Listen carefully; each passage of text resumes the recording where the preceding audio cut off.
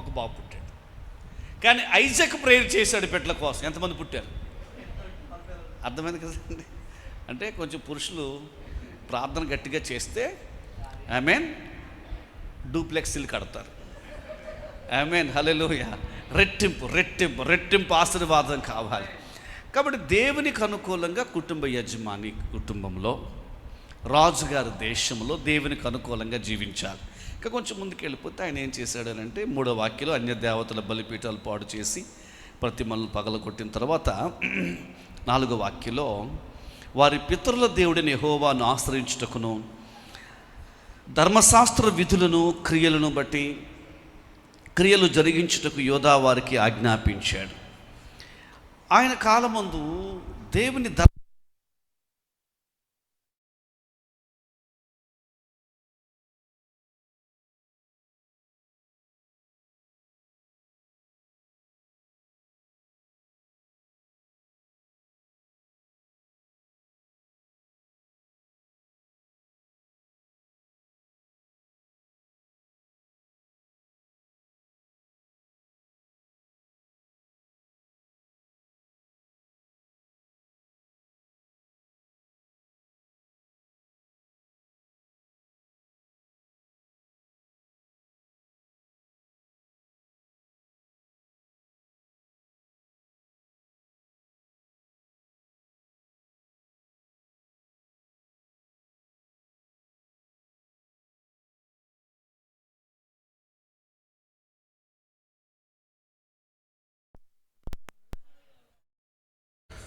ఆమేన్ ఆమేన్ ఆమేన్. మరణ ఆశ, పురుషుల prayer cells, prayer groups, ప్రార్థనా బృందాలు ఎక్కువైపోవాలి. ఆమేన్ ఆమేన్ ఆమేన్ ఆమేన్ ఆమేన్. ఆసా కాలంలో ఆయన చేసిన పని ఏంటంటే ప్రాకారము గల పట్టణాలు కట్టించాడు. 7వ వచనంలో 4వ లైన్లో మనము ఈ పట్టణములను కట్టించి వాటికి ప్రాకారములను, గోపురములను, గుమ్మములను, ద్వారబంధములను అమర్చుదము. కాగా వారు ఆ పట్టణములను కట్టి వృద్ధి నొందిరి. నెమ్మదిగా వాక్యాన్ని స్టడీ చేద్దామండి. ఆసా కాలంలో యుద్ధాలు లేవు, ఆసా కాలంలో నెమ్మది ఉంది. 3వది, ఆసా కాలంలో నిర్మాణాలు ఎక్కువగా జరిగాయి, కన్స్ట్రక్షన్స్ ఎక్కువ జరిగాయి. వాక్యం చెప్తుంది కదా, పట్టణములను కట్టి వృద్ధి నొందారు. అంటే డెవలప్మెంట్ ఎప్పుడు ఎలా కనబడిందంటే కన్స్ట్రక్షన్స్ ఎక్కువ జరగడం ద్వారా డెవలప్మెంట్ కనబడిందటండి. ఆశాకాలం నిర్మాణాలు ఎక్కువ, మోర్ కన్స్ట్రక్షన్స్. గోపురాలు కట్టారా, గుమ్మములు పెట్టారా, ఇంకా చాలా పెద్ద పెద్ద ప్రాకారాలు కట్టారా. దేవుడు ఆ రీతిగా దేశానికి అభివృద్ధిని కలుగు చేశాడు. మీరు కొంచెం ఆత్మలో వాక్యాన్ని వినగలిగితే ఈ రాత్రి దేవుడు ఈ నెలలో గొప్ప కార్యాలు మన పక్షంగా చేయాలి. అదేంటంటే నిర్మాణాలు మన కుటుంబాల్లో అభివృద్ధి అవ్వాలి. ఆమేన్ ఆమేన్ ఆమేన్. గృహం లేని వారికి దేవుడు గృహాన్ని ఇస్తాడు. ఇంకా ప్రాకారాలు ఎక్కువ కట్టుకోవాలి. సిస్టర్, దేవుడు నీ కుటుంబంలో ఇంకా ఎంతమంది బిడ్డలుంటే అంతమంది బిడ్డలకు అన్ని గృహాలు యేసయ్య ఇవ్వాలి. నమ్మిన వారు దేవునికి స్తోత్రం చేద్దాం, స్తోత్రం చేద్దాం. ప్రాకారాలు కట్టుదురుగాక, ప్లాట్లు కొందురుగాక, విస్తరణ జరుగునుగాక. ఒక్క చోట మాత్రమే కాదు, డిఫరెంట్ ప్లేసెస్లో దేవుడి నిర్మాణాలు దేవుడు ఇస్తాడు. మనమందరం చేతులెత్తి ఒక్క నిమిషం, షమ్మా మినిస్ట్రీస్ కొరకు దేవుడు నిర్మాణాలు ఇంకా అధికము చేయునుగాక. చేతులెత్తి ఒకసారి స్తుతిస్తూ లెట్స్ కన్ఫెస్ దిస్ వర్డ్. యేసయ్య నామములో ఈ వాక్యాన్ని ఒప్పుకుందాం. ఇంకా మెయిన్ క్యాంపస్లు, ఇంకా పెద్ద క్యాంపస్లు దేవుడు మరికొన్ని ప్రాంతాల్లో, మరికొన్ని పట్టణాలు రాబా షకేడే ధేరియా ఆ రీతిగా వృద్ధి పొందిస్తాడు. వృద్ధి అనేది నిర్మాణాల ద్వారా, వృద్ధి అనేది ఎక్స్పాన్షన్ ద్వారా దేవుడు ఇస్తున్నాడు. యేసయ్య నామములో కొన్ని రాష్ట్రాల్లో కూడా షమ్మా మినిస్ట్రీస్, కొన్ని జిల్లాలో కూడా షమ్మా మినిస్ట్రీస్ను దేవుడు విస్తరింప చేయబోతున్నాడు. ఆల్ నైట్ ప్రేయర్స్ ఇంకా అనేక రాష్ట్రాల్లో, అనేక జిల్లాల్లో దైవజనులు వెళ్ళి ఆల్ నైట్ ప్రేయర్స్ పెట్టడానికి ప్రభు కార్యాలు చేయబోతున్నాడు.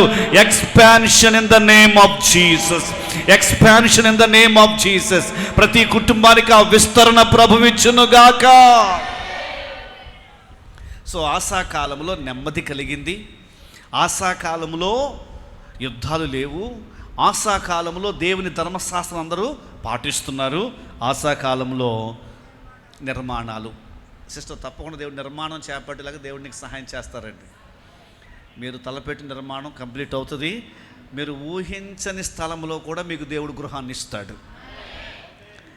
ఆ తరువాత ఆసా కాలంలో ఏం జరిగింది అంటే 8వ వచనంలో, ఆ కాలమున డాళ్లను ఈటెలను పట్టుకొను 3 లక్షల మంది యోధావారును, కేడెములు ధరించి విల్లు వేయు 2,80,000 మంది బెన్యామీనులను కూడిన సైన్యము ఆసాకు ఉండెను. వీరందరూ పరాక్రమశాలులు. ఆసాకు నెక్స్ట్ డెవలప్మెంట్ ఏంటంటే, రాజుగారు సైనిక బలాన్ని పెంచాడు. 5,80,000 మంది ఆర్మీ ఉంది ఇప్పుడు ఆయనకి. అంటే వెల్ సెటిల్ అయిపోయింది దేశం, రాజ్యం స్థిరపరచబడుతోంది. 5,80,000 మంది సైన్యాన్ని దేవుడిచ్చాడు. ఒకసారి మనం రీక్యాప్ చేద్దాము. దేశమంతా నెమ్మదిగా ఉంది. ఎవరైనా ఎక్కడికైనా వెళ్ళడానికి నిరభ్యంతరంగా వెళ్ళొచ్చు. దేవుని ధర్మశాస్త్రాన్ని అందరూ పాటిస్తున్నారు. యుద్ధాలు లేవు. అది మాత్రం కాకుండా నిర్మాణాలు ఎక్కువ జరిగి అభివృద్ధి కనబడింది. ఆ తరువాత వారికి కావలసిన సైనిక బలము కూడా, ఆర్మీ కూడా దేవుడు వారికి ఇచ్చాడు. వారందరూ పరాక్రమశాలు. ఇది సెటిల్ అయ్యారు. ఇప్పుడు నెమ్మదిగా జరిగిన పరిణామాలు ఒక్కొక్కటి ఆలోచన చేస్తే, అంతా బాగుందనుకున్న వేళ 9వ వాక్యంలో కూషీయుడు అంటే ఇథియోపియన్, బ్లాక్ మ్యాన్, ఆ అపవాది అని మనం చెప్పొచ్చు. వీరికైతే రాజ్యం కాబట్టి కూషీయుడు, ఇథియోపియన్స్ వీరి మీదకి యుద్ధానికి వచ్చారు. ఎంతమంది వచ్చారు? 1,000 మంది సైన్యం వచ్చారు. పంక్తులు తీర్చి యుద్ధంలో రాజుగారు ఆసాకు విరోధంగా వారు వచ్చారు. కొంచెం మీరు నాకు హెల్ప్ చేస్తారండి. నిన్నటితోటే నేను ఆర్మీని రెడీ చేసుకుని ఆయుధశాల కట్టాను. ఆయుధశాలలో 5,80,000 ఆయుధాలు ఉన్నాయి. లేక దానికి సంబంధించినటువంటి కెప్టెన్స్, మేజర్స్, కల్నల్స్, యుద్ధ నైపుణ్యం కలిగినటువంటి పరాక్రమశాలంతా నా రాజ్యం రెడీ అయిపోయింది. అంతా రెడీ అయిన తర్వాత ఈరోజు యుద్ధం వచ్చింది. ఈరోజు యుద్ధం రాగా నేనైతే ఏం చేస్తాను, నేను ఇలా చెప్తున్నాను, మీరు కూడా దాన్ని ఏకీభవిస్తే మీరు ఓకే చెప్పొచ్చు, లేకపోతే లేదు. ఇది మనం కలిసి ప్రసంగం చేసుకుంటున్నాం కదండి. కావలసినవంతా నాకు రెడీ అయిపోయిందండి. ఈరోజు సడన్గా సమస్య వచ్చింది, సడన్గా యుద్ధం వచ్చింది. అప్పుడు నేనేం చేస్తానంటే, దేవా నీకు స్తోత్రం, నాకు తెలియదు యుద్ధం వస్తుందని, నీవు ముందే ఎరిగిన వాడువు కాబట్టి సమస్య రాకముందే ఆయుధాలు సమకూర్చుకునేలాగా నాకు సహాయం చేసినందుకు వందనాలు యేసయ్య అని దేవునికి స్తోత్రం చెప్దాం అనుకుంటున్నాను. ఏమంటారు మీరు? అలాగే చెప్దామంటారా? ఓకే. రెండవది, ఇప్పుడు నేను క్యాబినెట్ లేకపోతే ఆ సైనికులందరినీ రమ్మని చెప్పి ఆ అత్యవసరమైనటువంటి సమావేశాన్ని ఏర్పాటు చేసి ఆ ఆర్మీలో చీఫ్ కమాండర్కి ఏం చెప్తాను, కమాండర్ మీరు అలర్ట్గా ఉండండి, కుషీలు మన యుద్ధానికి వస్తున్నారు, కానీ మనకు పదునైన ఆయుధాలు ఉన్నాయి, మనకు క్రొత్త ఆయుధాలు ఉన్నాయి, మీరేం వర్రీ అవ్వకండి, ఎక్కడ ఎవరిని ఏ ప్లేస్లో నిలబెట్టాలో, ఏ రెజిమెంట్లో నిలబెట్టాలో అక్కడ నిలబెట్టండి అని నేను చీఫ్ కమాండర్కి ఆర్డర్స్ జారీ చేస్తాను. యుద్ధం వచ్చింది కదండి, అంతేనా? అలాగే చేయాలంటారా? యుద్ధం వచ్చినప్పుడు కొంచెం నాకు హెల్ప్ చేయండి అమ్మా, అంతే కదా. ఇప్పుడు సైనికులందరినీ సెటరేట్ చేసేసి ఇది నేను పనిలో నిమగ్నమై ఉండాలి, అంతే కదా. ఏ రాజునే చెయ్యాలి, కానీ ఆస అలా చేయలేదు. ఆసాకు కావలసినంత పరాక్రమశాలులు ఉన్నారు. 5,80,000 మంది పరాక్రమశాలులు ఉన్నారు ఆయనకు. కానీ యుద్ధము రాగానే ఆయన అర్జెంటుగా వెళ్ళి ఆయుధశాలను ఓపెన్ చేయలేదు. యుద్ధము రాగానే సైనిక బలగాన్ని పిలవలేదు. చీఫ్ కమాండర్స్ను పిలిచి ఆయన వారితో సమావేశాన్ని ఏర్పాటు చేయకుండా యుద్ధము రాగానే 11వ వాక్యం చూస్తాం, ఆసా తన దేవుడైన యెహోవాకు మొర్రపెట్టి. ఆమేన్, ఆమేన్, ఆమేన్. ఆయన ప్రార్థన చేసింది ఆయన దగ్గర ఏ ఆయుధాలు లేక కాదు.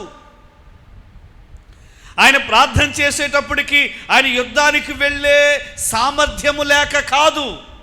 సామర్థ్యము ఉన్నా, ఆయుధాలు ఉన్నా, కొన్న ఆయుధాలు కూడా క్రొత్తవే అయినా యుద్ధం రాగానే అతను నమ్మిన ఆయుధం ఏంటంటే ప్రార్థన అనే ఆయుధం మీద నమ్మకం పెట్టుకున్నాడు. మనమైతే ఏం చేస్తామంటారు? ఆయుధాలన్నీ వాడేశాక అప్పుడు లాస్ట్కి ప్రార్థనకు వస్తాం. బహుశా ఈ రాత్రి కూడా చాలా ఆయుధాలు వాడేసి ఆల్ నైట్కి వచ్చిన కొంతమంది అయినా ఉండుంటారు. మనకున్న పవరు, మనకున్న ఇన్ఫ్లుయెన్స్, మనకున్నటువంటి కాంటాక్ట్స్ అన్నీ కూడా మనం ఉపయోగించి ఇంకా అది సెట్ అవ్వలేదు కాబట్టి ఇక ప్రార్థనే అని మనం వచ్చాం. కానీ ఆశ అయితే సమస్య రాగానే సమస్య పరిష్కారానికి కావలసిన ఎంతో కొంత సామర్థ్యం తనకున్నా, సైనికులు తనకున్నా వారి మీద ఆధారపడకుండా వెంటనే దేవుని దగ్గర మొర్రపెట్టడం మొదలుపెట్టాడు. అదే ఆశా దగ్గర నుంచి మనం నేర్చుకునేది. మనం చాలాసార్లు అన్నీ ట్రై చేసి లాస్ట్కు ప్రభు దగ్గరికి వస్తాం. ఈయన మొదటిగా ప్రభు దగ్గరకు వచ్చి ఏం ప్రార్థన చేస్తున్నాడు? యెహోవా, విస్తారమైన సైన్యము చేతిలో ఓడిపోకుండా. బైబిల్ పైకి పట్టుకుని అందరూ 11వ వచనంలో ఉన్న ప్రార్థన చదువుదామని అందరూ కలిపి చదువుదామా?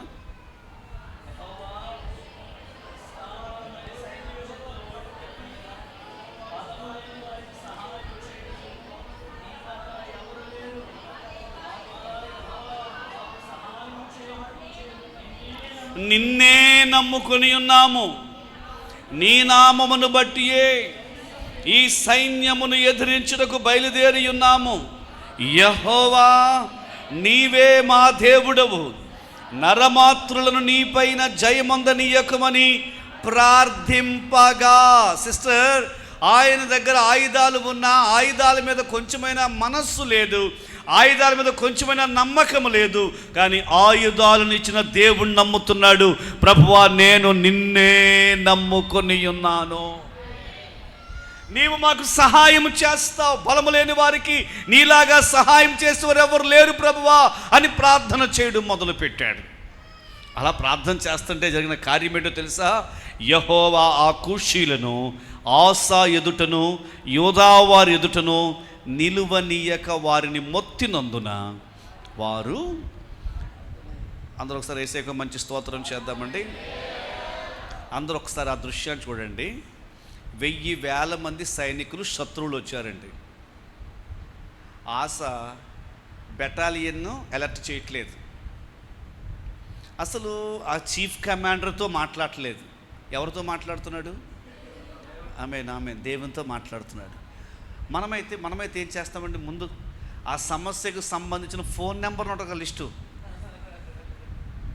వారందరితో కాంటాక్ట్ అయిపోతాం, అంతే కదండి. కానీ ఆయన ఏమిటి? వారిని పట్టించుకోకుండా, వారితో మాట్లాడకుండా దేవునికి ప్రార్థన చేయగానే ఇప్పుడు జరిగింది ఏంటో తెలుసా? దేవుడు రంగంలోనికి దిగారు, దేవుడు ఆ యుద్ధ రంగంలోకి దిగారు. దేవునికి ఆ యుద్ధాన్ని అప్పచెప్పితే జరిగింది ఏంటంటే, శత్రువులను దేవుడు మొత్తినందున, నేను అనుకుంటాను బహుశా ఆ కూషీల యొక్క చీఫ్ కమాండర్ రాజుగారికి ఫ్యాక్స్ పంపించాడు. మీ లార్డ్, నాకు ఈ యుద్ధంలో సెలవు కావాలని. అసలు సైనికులు సెలవు అడగరు. ఏమైంది? రీజన్ రాశాడు. ఏమో, నిన్నటి నుంచి నాకు ఈ జాయింట్స్ దగ్గర నుంచి లెగ్స్ వరకు ఆర్థో ప్రాబ్లం వచ్చింది, అసలు నా కాళ్ళు చచ్చిపడిపోయాయని. కాళ్ళు చచ్చిపోయిన ఇంకెవరు పెట్టుకుంటారు? తీసేశారు, సెలవు ఇచ్చేశారు. మరొక ఆయనకి మోషన్స్, మరొక ఆయనకి హెడ్ఏక్. వారిని దేవుడు మొత్తినందరూ అందరూ సెలవు పెట్టేశారు, అందరూ పారిపోయారు. ఈరోజు నీ సమస్యను దేవునికి అప్పచెప్పితే నీ మీదకు విరోధముగా లేచిన వారు నీ ఎదుట నిలవబడకుండా పారిపోతారు. విశ్వాసంతో చూడగలవా ఈ రాత్రి? విశ్వాసంతో చూడగలవా ఈ రాత్రి? నీ మీద నింద వేసిన వారు, నిన్ను ఎలాగ అణగదొరక్కాలని చూస్తున్న వారు, నిన్ను ఎలాగైనా సరే త్రొక్కివేయాలని చూస్తున్న వారు, ఈ రాత్రి వారికి ఎలాగో డీల్ చేయాలో మనుషుల దగ్గరికి వెళ్ళొద్దమ్మా, మనుషులను ఆశ్రయించొద్దు. ఎవరిని అడిగితే ఏ సలహా చెప్తారని ఎవరో సలహా దగ్గరికి వెళ్ళకుండా ఈ సంపూర్ణ రాత్రి ప్రార్థనలో నీవు దేవునికి చెప్పుకోవడానికి వచ్చావు కాబట్టి ఆమేన్, ఆమేన్, ఆమేన్, ఆమేన్, ఆమేన్. తెల్లవారుజాము 4 గంటలకి మీటింగ్ నుంచి తిరిగి వెళ్ళే సమయానికి నీ మీదకు లేచిన శత్రువు, నీ మీదకు లేచిన వ్యక్తులను దేవుడు నీ ఎదుట నిలవకుండా పారిపోయేటట్లు చేస్తాడు. హల్లెలూయా. ఆయన ప్రార్థన చేయుచుండగా ఏం జరిగిందో తెలుసా? వారు పారిపోయారు. నాకు ఇంకా యుద్ధంలో చాలా ఎక్సైట్మెంట్గా ఒకటి ఉందండి. అదేంటంటే 13వ వచనం. ఆసాయును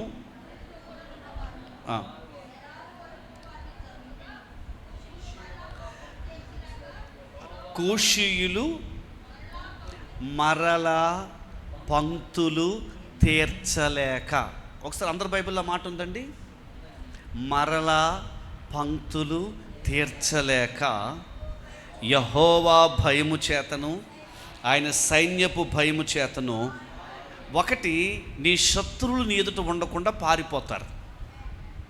2, దేవుడే కార్యం యుద్ధంలోనికి వస్తే జరిగేది ఏంటంటే శత్రువులు మరలా పంక్తులు తీర్చలేరు.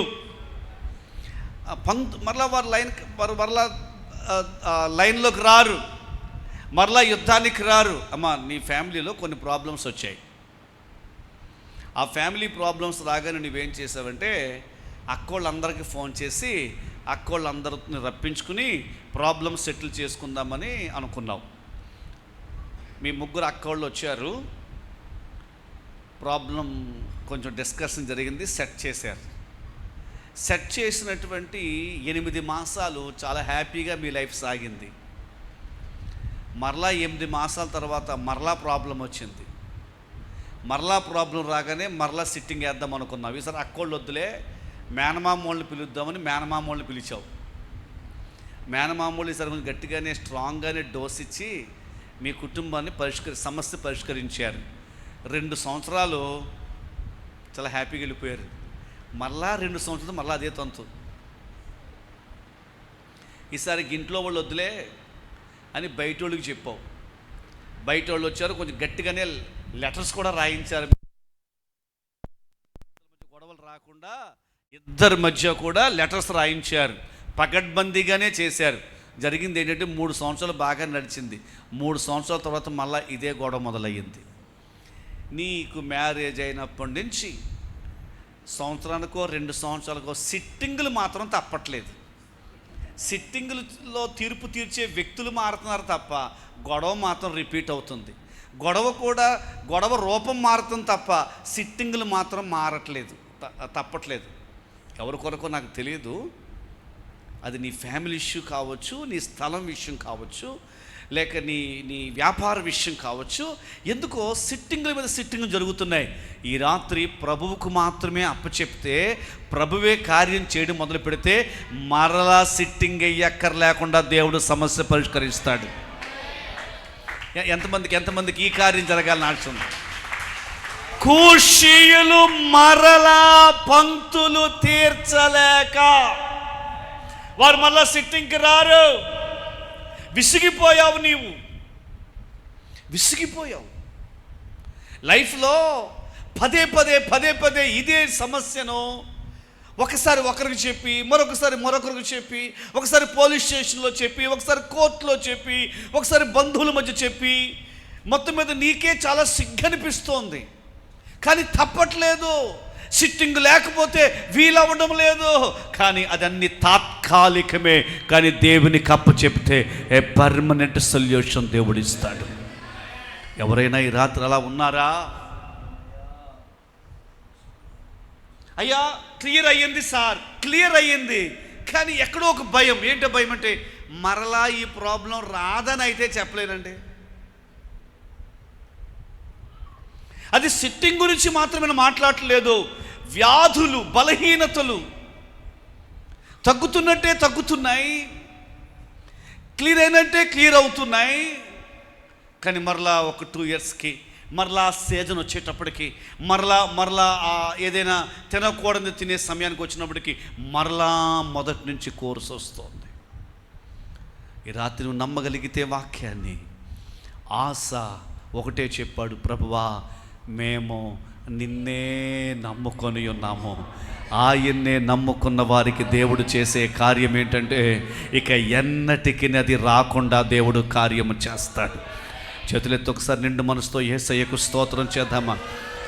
మీరు రాత్రి సరి అయిన స్థలానికే వచ్చారు, సరి అయిన మందిరంలోనే కూర్చున్నారు, సరి అయిన సమయంలోనే దేవుని మాట మీరు వింటున్నారు. సర్వశక్తిగల దేవుని వాక్యం అది పంపబడిన కార్యము నెరవేరుస్తుంది, నిష్ఫలముగా వెనక్కి వెళ్ళదు.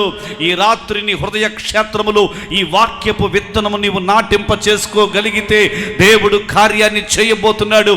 ఇక మరలా ప్రాబ్లం రిపీట్ అవ్వకుండా దేవుడు నీకు పరిష్కారాన్ని ఇస్తాడు.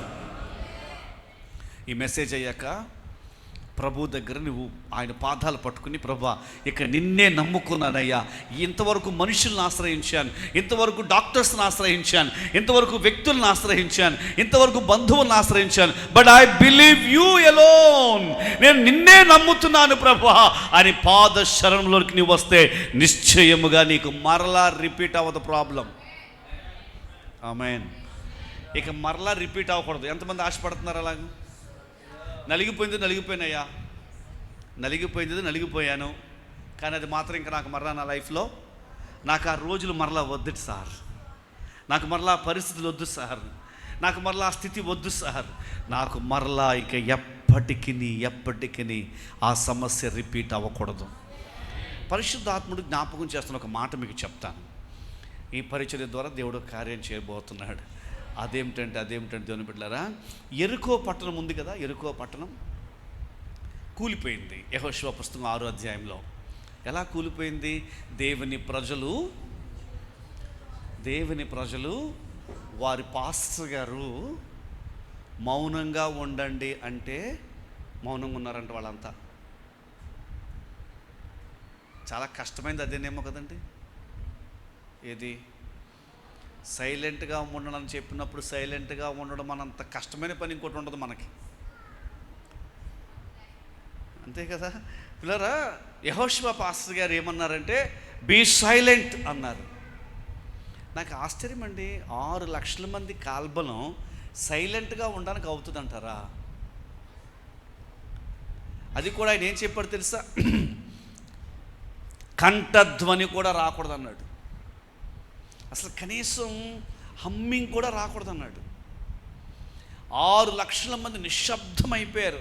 అంటే అది ఏ సంఘమో తెలుసండి? దైవజనుడు సైలెంట్ అంటే సైలెంట్ అయ్యి ఇప్పుడు కేకలు వేయండి అనగానే ఇంకప్పుడు కేకలు వేసే సంఘం అది. మీరు ఇంకా సైలెంట్లో ఉన్నట్టున్నారు. ఫ్లోరా, సైలెంట్ అన్నప్పుడు సైలెన్స్, కేకలు వేయండి అన్నప్పుడు కేకలు వేయండి, 6 మార్లు తిరగండి అన్నప్పుడు. అంటే అసలు యెహోషువ కాలంలో ఆ సంఘ బిడ్డలు 6 లక్షల మంది ఒక్కరికైనా అసలు అయ్యగారు మీరు ఏమంటున్నారు అయ్యగారు అని కూడా అడగలేదండు. దైవజనుడు ఏం చెప్తే అది విన్న సంఘం అది. దేవుని బిడ్డలారా, అందుచేతనే ఆ సంఘం ద్వారా దేవుడు జరిగించిన గొప్ప కార్యం ఏంటంటే వారు కేకలు వేస్తూ ఆర్భాటముతో దేవుని ఆరాధన చేస్తుండగా 7వ మారు యెరికో కూలెను. అయితే నాకు అందులో ఇంకా నన్ను బలపరిచే ఒక మాట ఏంటంటే, వారి కేకల వలన వారి స్తుతి ఆరాధన వలన కూలిపోయిన యెరికో మరలా ఎప్పటికీ తిరిగి కట్టబడకుండా కూలెను. వాక్యం అర్థమైతే వస్తాను. నువ్వు గంభీరంగా దేవుని స్తుతించగలవా? ఆమేన్. స్తుతి ఆరాధనలో గొప్ప శక్తి ఏంటంటే, యెహోషువ నాయకత్వంలో గొప్ప కార్యం ఏంటంటే, కూలిన యెరికో మరలా ఎప్పటికీ, ఎంతమంది కావాలండి? నీ మీద ఏలుబడి చేస్తున్న యెరికో కూలిపోవాలి, అది మరలా ఎప్పటికీ నీ మీద ఏలుబడి చేయకూడదు. ఈ సంఘము ద్వారా దేవుడు ఆ కార్యాలు చేస్తాడు. ఈ రాత్రి ప్రార్థనలో దేవుడు నీ కుటుంబానికి ఆ కార్యం చేస్తాడు. Problem will never be repeated. సమస్య మరి ఎప్పటికీ కూడా రిపీట్ అవ్వదు. యేసయ్యతో చెప్తారు, యేసయ్యా నాకు మరలా సమస్య రిపీట్ అవ్వకూడదు. చెప్దాం, అందరూ చెప్దాం ఒకసారి. యేసయ్యతో చెప్దాం, యేసయ్యా మీ ప్రాబ్లం ఏదో మీకు తెలుసు కదమ్మా, మీ ప్రాబ్లం ఏదో మీకు తెలుసు కదా, ఒకసారి చెప్పండి గట్టిగా యేసయ్యతో. ఓ హల్లెలూయా, హల్లెలూయా. అయ్యా ఈ ప్రాబ్లం రిపీట్ అవ్వకూడదు, మీ కూతురు సమస్య రిపీట్ అవ్వకూడదు, మీ కొడుకు సమస్య రిపీట్ అవ్వకూడదు. ఓ రాబా షేకేడే ధేరీలా రాబా సియాలమా. దేవుడు కార్యం చేస్తున్నాడు. మీ భార్యాభర్తల మధ్య సమస్య మళ్ళీ రిపీట్ అవ్వకూడదు. మీ ఫైనాన్షియల్ క్రైసిస్ మళ్ళీ రిపీట్ అవ్వకూడదు. ఆ స్థలం విషయంలో వచ్చిన ప్రాబ్లమ్స్ రిపీట్ అవ్వకూడదు. ఇక ఎన్నటికీ యుద్ధములో పంక్తులు తీర్చలేని రీతిలో సమస్యకు ఒక శాశ్వత పరిష్కారాన్ని దేవుడు ఇస్తున్న రాత్రి ఈ రాత్రి యెహోషువ ఒక్క ఆయుధ నష్టం లేకుండా. ఈ యుద్ధంలో జరిగిన గొప్ప కార్యం ఏంటంటే 15వ వాక్యంలో, నా 14-15లో వారు పశువుల శాలను పడగొట్టి విస్తారమైన గొర్రెలను ఒంటెలను సమకూర్చుకుని వచ్చారు. అంటే ఈ యుద్ధం వారికి ఆస్తిని తీసుకొచ్చింది, ఐశ్వర్యాన్ని తీసుకొచ్చింది. The war made them rich. యుద్ధము వారిని ఐశ్వర్యవంతులను చేసింది. నీ సమస్య నీకు విజయాన్ని మాత్రమే కాక విజయముతో పాటు నీకు ఐశ్వర్యాన్ని కూడా తీసుకుని వస్తుంది దేవునికి అప్పచెప్పితే. ఆమేన్. చప్పట్లు కూడా ఒకసారి దేవునికి స్తోత్రాలు చేద్దాం. ఇప్పుడు నాకు కొంచెం మీరు హెల్ప్ చేయాలి. మన ఆశ ఎలా ఉన్నాడంటారు?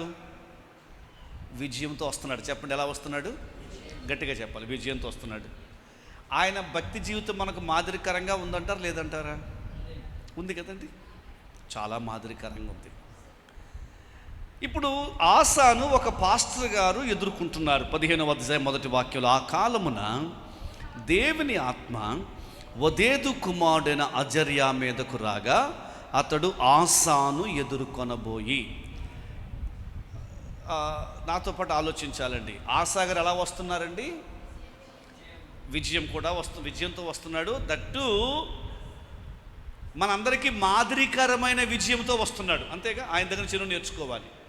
పాస్టర్ ఆజర్య కనబడ్డారు. నేను కానీ ఎదురు వెళితే, లేక ఆయన మీటింగ్ పెట్టుకుని నన్ను పిలిచారనుకోండి, నేనైతే ఏం ప్రసంగం చేస్తానంటారు? కొంచెం మీరు నాకు హెల్ప్ చేయాలండి. విజయంతో వచ్చారు ఆశ. ఆయన విజయపు సూత్రాలు, విజయానికి గల కారణాలు కూడా మనందరికీ మాదిరికరంగానే ఉన్నాయి. ఎవరి మీద ఆధారపడకుండా దేవుని మీదే ఆధారపడ్డాడు, ప్రార్థన మీదే ఆధారపడ్డాడు, ఆయుధాల మీద నమ్మకం లేదు. అంత మంచి ఆశాను గురించి ఒక మీటింగ్ ఏర్పాటు చేసి, ప్రభు నన్నే పిలిచి, లేకపోతే వారు నన్ను పిలిచిన తర్వాత నాకు అవకాశం ఇస్తే నేను ఏం ప్రసంగం చేస్తాను, ఎలా చేద్దాం అనుకుంటున్నాను, మీరు ఏమంటారో చెప్పండి నాకు. ఏమనంటే, నిజంగా ఆశా గారిని బట్టి మనం ఎంతో నేర్చుకోవాలి పిల్లారా. 5,80,000 ఆయుధాలు ఆయనకు ఉన్నాయి, కానీ ఏ ఆయుధం మీద ఆయన నమ్మకం పెట్టుకోలేదు. అసలు ఆశా గారు, నేను వాక్యం చెప్తున్నాను కానీ నాకు మీరే ఆదర్శంగా, నాకే కాదు మనందరికీ ఆదర్శం. ఏమంటారు పిల్లవారు అంటే అందరూ చప్పట్లు కొడతారు. వీలైతే ఒక శాలువా తీసుకొచ్చి ఆశాను ఏం చేయాలి చెప్పండి? సత్కరించాలి. అవునా కాదా చెప్పండి. అంటే ఆశ దానికి అర్హుడా కాదా చెప్పండి? మామూలుగా మీరు చెప్పండి, గట్టిగా మాట్లాడండమ్మా. అర్హుడే. కానీ అజర్యా మాత్రం, దేవుడు పంపిన ప్రవక్త మాత్రం ఏం చెప్పాడంటే, ఆశా, యోధావారులారా, బెన్యామీనులారా వినండి, మీరు యెహోవా పక్షపు వారైన ఎడల ఆయన మీ పక్షమున ఉంటాడు. మీరు ఆయన యొద్ద విచారణ చేస్తే ఆయన మీకు ప్రత్యక్షమవుతాడు. మీరు ఆయనను విసర్జిస్తే ఆయన మిమ్మును, అంటే ఆయన ఏం చెప్పారు తెలుసా ప్రసంగం? ఆశా, రాజుగారు వినండి, మీరు దేవుని పక్షంగా ఉంటే దేవుడు మీ పక్షంగా ఉంటాడు. మీరు దేవుని దగ్గర విచారణ చేస్తే దేవుడు మీకు జవాబిస్తాడు. మీరు కానీ ఆయన విసర్జించారా, దేవుడు మిమ్మల్ని విసర్జిస్తాడన్న ప్రసంగం చేశారండి అజర్య. హలో, అంటే ఇంకా కొంచెం సింప్లిఫై చేసి చెప్పమంటారా? ఆశా, నువ్వు దేవుని సైడ్ ఉన్నంతకాలం నీకు విజయాలు అలాగే ఉంటాయి. విజయం వచ్చిందని చెప్పి దేవుణ్ణి కానీ విసర్జించావా, దేవుడు నిన్ను విసర్జించేస్తాడన్న ప్రసంగం చేశాడండి. ఇంకా కొంచెం సింప్లిఫై చేసి చెప్పమంటారా? ఒక మంచి ఇల్లు కట్టారు చర్చిలో మెంబరు, చాలా మంచి ఇల్లు కట్టారు. అసలు మనం ఎంట్రన్స్లోనే ఆ కాంపౌండ్ వాల్ చాలా బాగుంది, పార్కింగ్ టైల్స్ బాగున్నాయి, లోపలికి వెళ్ళగానే మార్బుల్ పైన సీలింగ్, ఇంకా మోడల్ కూడా చాలా బాగుందండి. చాలా తక్కువ టైంలో ఇల్లు కట్టారు. సూపర్. గృహప్రతిష్ఠ ఆరాధన జరుగుతుంది. ఇప్పుడు మనం నిజంగానే, నేనైతే ఏం చెప్తున్నానంటే, వారు ప్రార్థనా పరులు కనుక, ఆదివారం మానరు కనుక, దేవుని స్థలంలో సాగుతున్నారు కనుక దేవుడు వారిని దీవించాడు. నీ నీతికి తగినట్టుగా నీ నివాస స్థలమును అన్న వాక్యం ప్రకారం దేవుడు వీరి నీతికి తగినట్టుగా ఇంత మంచి సుందరం ఇల్లు ఇచ్చాడు, ప్రసంగం చేస్తాను నేను, ఓకేనా? కానీ దేవుడు పంపిన ప్రవక్త ఏం ప్రసంగం చేస్తాడో తెలుసా? బ్రదరు, మీరు ఇల్లు కట్టారంటే దేవుని కృప.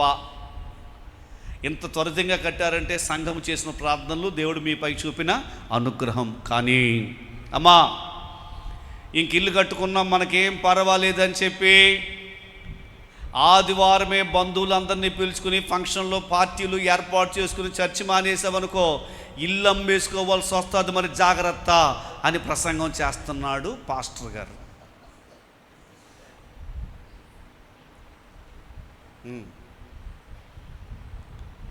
కారు కొనుక్కున్నారు, మంచి కారు.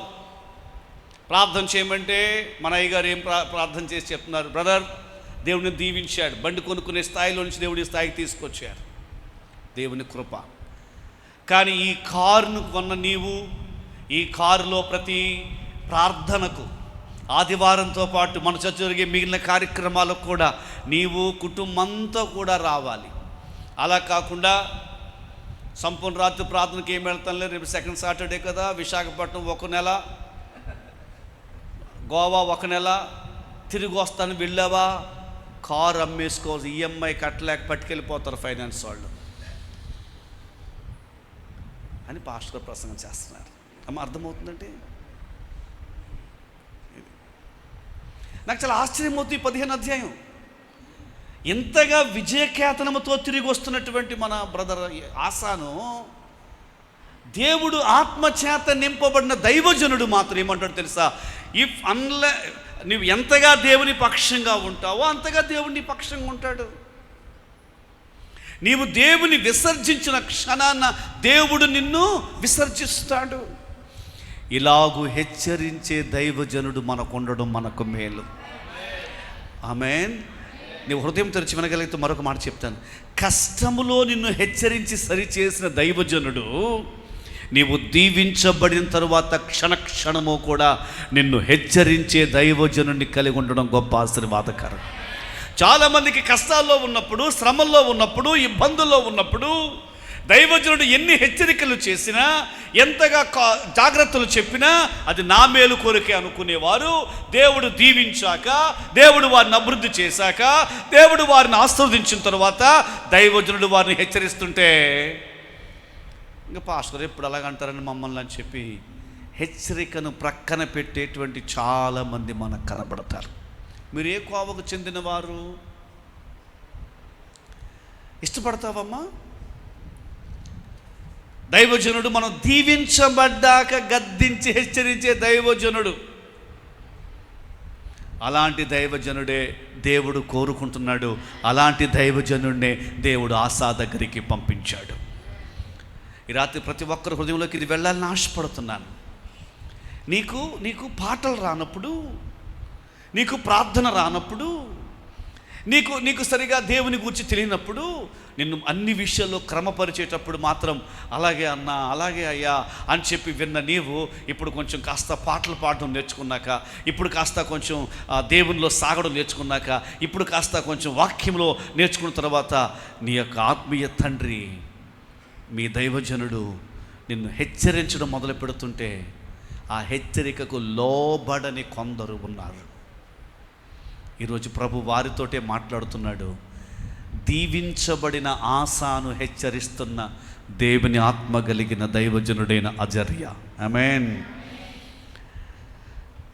వారు 3వ వాక్యం చదవండి. 3వ వాక్యం,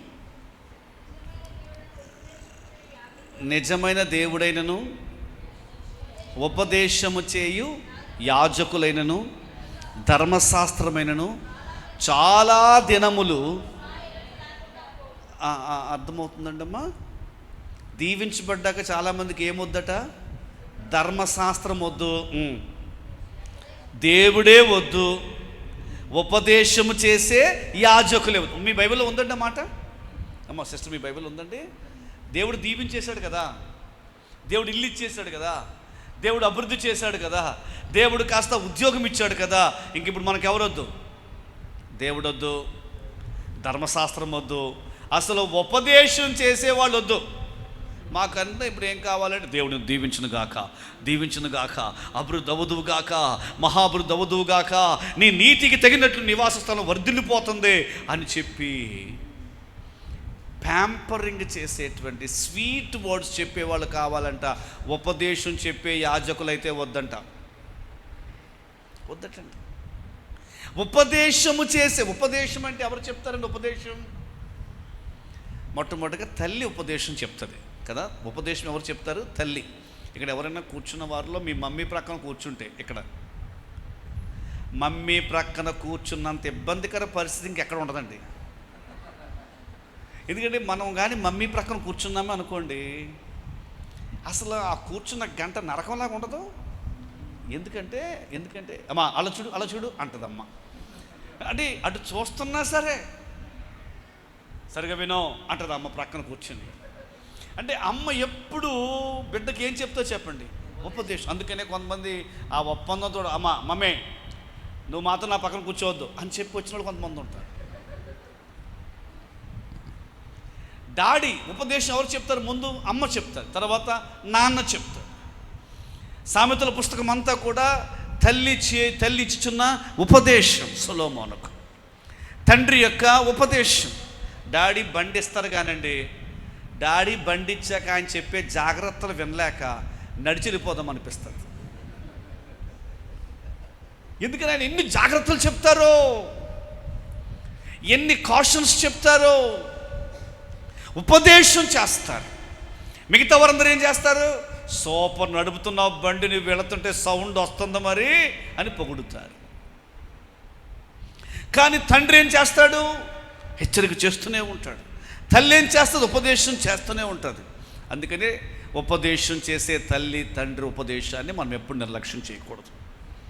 ఇక ఆత్మ సంబంధంగా చర్చిలో మన సంఘ కాపరి మనకు ఉపదేశం చేస్తారు. ఈ రోజుల్లో ప్రజలకు ప్రసంగాలు కావాలి కానీ ఉపదేశం వద్దండి. ప్రసంగము వేరు పిల్లరా, ఉపదేశం వేరు. ఉన్నతమైన ఉపదేశమందు దేవుడు మనల్ని నాటుతున్నాడని యెషయా ప్రవక్త ద్వారా దేవుడు వ్రాయించాడు. ఈరోజు చాలామందికి ప్రసంగాలు కావాలి. ఎవరో అన్నారు, ప్రసంగాల జోరులో లేక ప్రసంగాల హోరులో, in the sound of that messages preachings, నాకు శబ్దం వినబడలేదు, మాటలు వినబడడం లేదని. ఈరోజు ఉపదేశం, ఈ షమ్మా పరిచర్య ఉన్నత ఉపదేశాన్ని నేర్పుతున్నటువంటి అద్భుతమైన దేవుని సంఘం ఇది. ఉపదేశం అంటే ఎలాగూ కూర్చోవాలో, ఎలాగూ నిలబడాలో, ఎలాగూ ప్రార్థన చేయాలో, ఎలాగూ ఆరాధన చేయాలో, ఎలాగూ ప్రభు కోసం జీవించాలో, ఎలాగూ దేవుని కోసం వైరాగ్యంగా ప్రభు కోసం ప్రతిష్ఠత కలిగి జీవించాలో నేర్పించేది. టైం రాకపోతే అడిగేవారు, ఉపవాసం ఉండకపోతే దాని గురించి ఆరా తీసేవారు, ప్రార్థన చేసుకోకపోతే దాని గురించి నొక్కి ఒక్క నుంచి మనల్ని ప్రార్థనలో నలిపేవారు. ఉపదేశం చాలా కాలంగా వాళ్ళకి ఏమొద్దనుకుంటున్నారండి? ఉపదేశం చేసే యాజకులు వద్దనుకుంటున్నారు.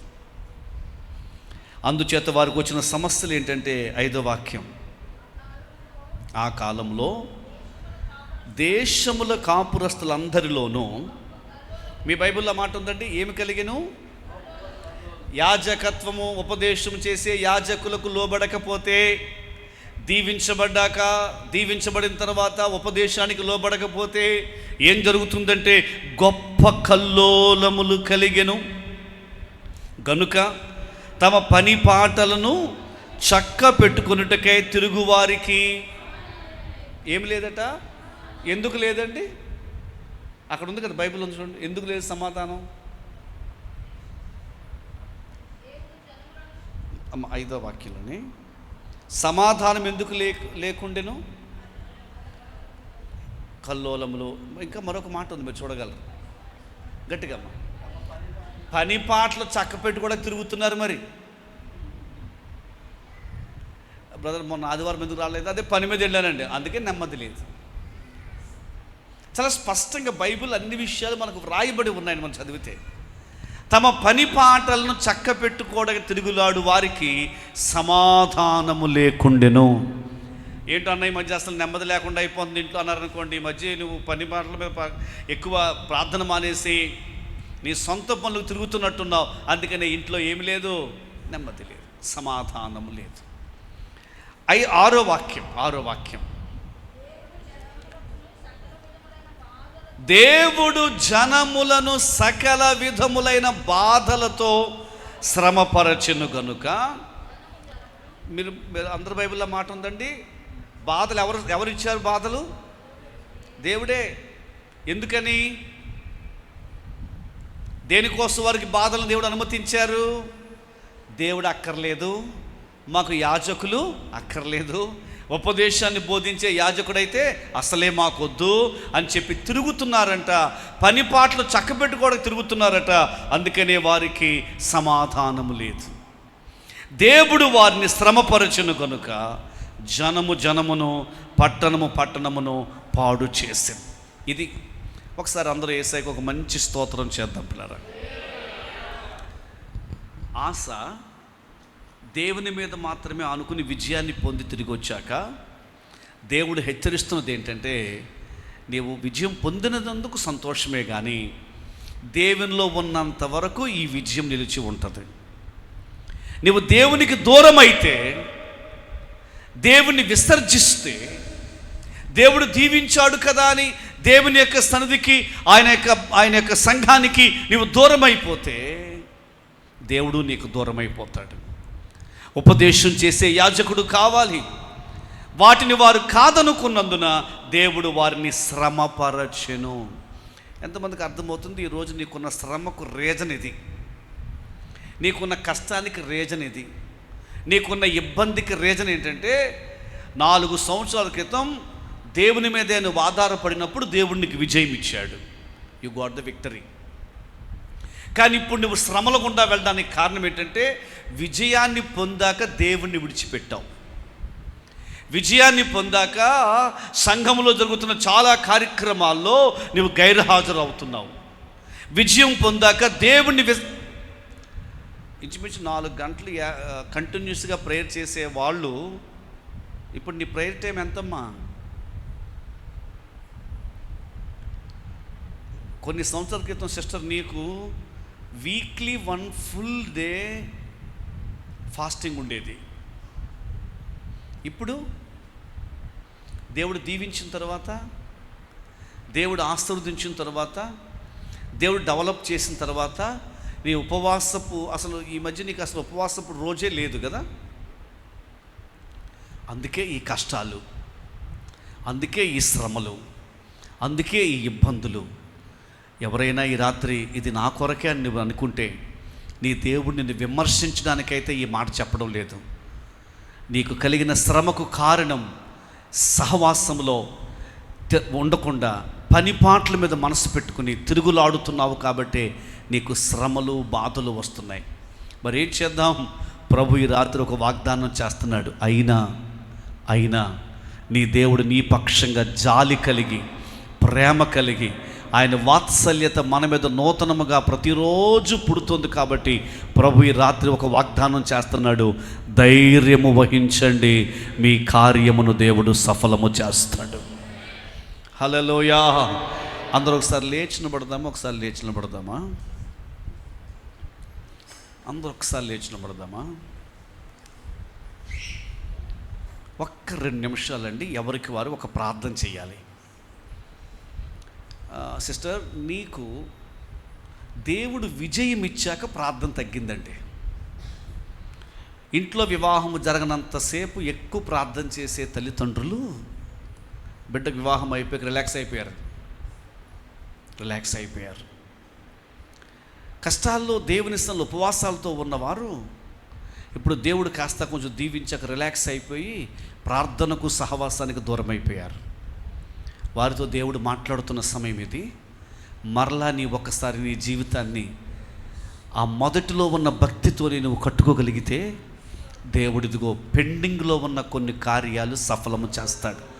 నేను నెమ్మదిగానే కానీ స్పష్టంగా చెబుతున్న మాట, ఎన్నో కార్యాలు నీకు దేవుడు ఏ ఒక్క రూపాయి కూడా అదనముగా ఖర్చు పెట్టకుండా దేవుడు నీకు విజయాన్ని ఇచ్చినప్పుడు, ఇటీవలే కొన్ని కార్యాలు పెండింగ్లో పడిపోయాయి కదా బ్రదరు. దానికి రీజన్ చెప్తున్నాడు దేవుడు. ఎందుకంటే గతకాలపు విజయాల్లో గర్వంతో ఉండిపోతున్నావు. నీవు కండ్లు మూసుకుని చేతులెత్తి ఎవ్వరికి వారే నీ లైఫ్ నువ్వు చూసుకో.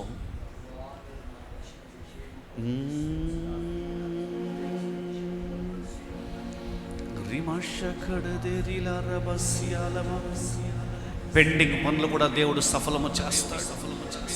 ఆ పెండింగ్ ప్రాజెక్ట్ సఫలము చేస్తాడు. ఆమేన్, ఆమేన్. మొదటి బిడ్డకు వివాహం జరుగుటలో దేవుడు కృప చూపాడు కదా.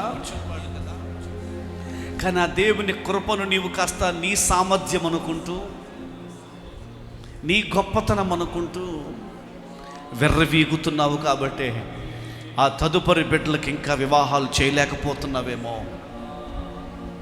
అమ్మా, నీ కొరకే ప్రభు బ్రదర్, నీ కొరకే ప్రభు మాట్లాడుతున్నాడు. అయ్యా, మొదటి విజయములో నేను గర్వముతో ఉండిపోయాను. వచ్చి ఎలుగెత్తి ప్రార్థన చేస్తారా? ఎలుగెత్తి ప్రార్థన చేస్తారా?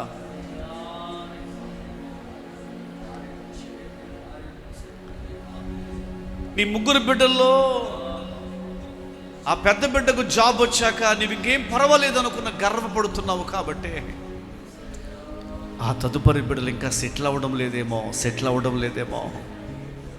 ఎక్కడో గతకాలపు విజయములో నీవు గర్వముతో ఉండిపోతున్నావు. ప్రభు నీతో మాట్లాడుతుండగా, పరిశుద్ధాత్ముడు జ్ఞాపకం చేస్తుండగా, ఒప్పుకొని లేదయ్యా, నీ మాట వింటాను తండ్రి. నాయనా, విజయం నీ కృపే, ఆశీర్వాదము నీ కృపే, ఈ గృహము నీ కృపే, ఈ ఉద్యోగము నీ కృపే, ఈ బిడ్డ నీ కృపే.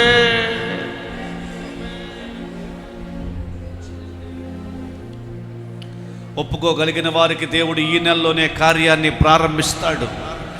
పశ్చాత్తాపంతో ప్రార్థన చేయగలిగిన వారికి దేవుడు మిగిలిన కార్యాలు కూడా సఫలం చేయడానికి సిద్ధంగా ఉన్నాడు. అందుకే ప్రేమతో ఈ రాత్రి ప్రభు చెబుతున్నాడు, నీ కార్యాన్ని దేవుడు సఫలము చేస్తాడు. ఓ లార్డ్, వి థ్యాంక్ యూ.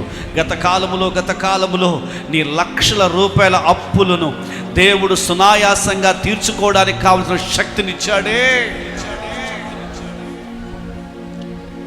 కానీ ఇటీవల తక్కువ అమౌంటే నువ్వు క్లియర్ చేసుకోలేకపోతున్నావు. బ్రదర్, నీ కొరకే ప్రభు మాట్లాడుతున్నాడు.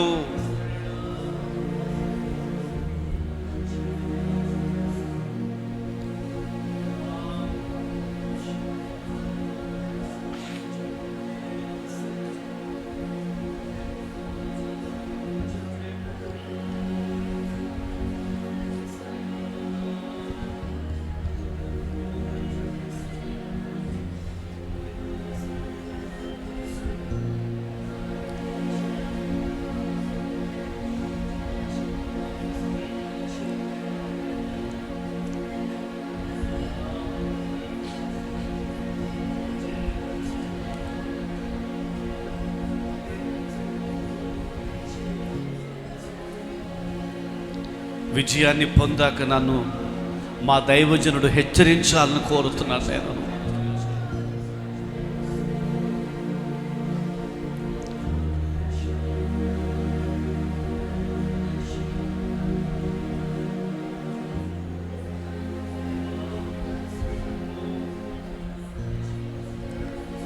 యేసయ్య నామమున అడుగుచున్నాము తండ్రి. అందరం కూర్చుందామండి. 15వ అధ్యాయంలో మన కష్టాలకు కారణాన్ని చెప్పిన వెంటనే దేవుడు మరొకసారి దర్శించి వాగ్దానాన్ని ఇవ్వగానే ఇప్పుడు ఆశా చేస్తున్న కొన్ని ప్రాముఖ్యమైన విషయాలు మనం స్టడీ చేద్దాం. ఎంతమందికి ఇంతవరకు చెప్పిన వాక్యం అర్థమైందండి? ఓకే, ఇప్పుడు దేవుడు మరలా ఒక నూతన వాగ్దానం ఇస్తున్నాడు. ధైర్యంగా ఉండండి, మీకు మిగిలిన కార్యాలు కూడా సఫలమైపోతాయి. దేవుడు వాగ్దానం చేస్తున్నాడు. ఆ వాగ్దానం చేయగానే ఆశ ఏం చేశాడు? 8వ వాక్యంలో మొదటిది, అతడు ధైర్యము తెచ్చుకున్నాడు.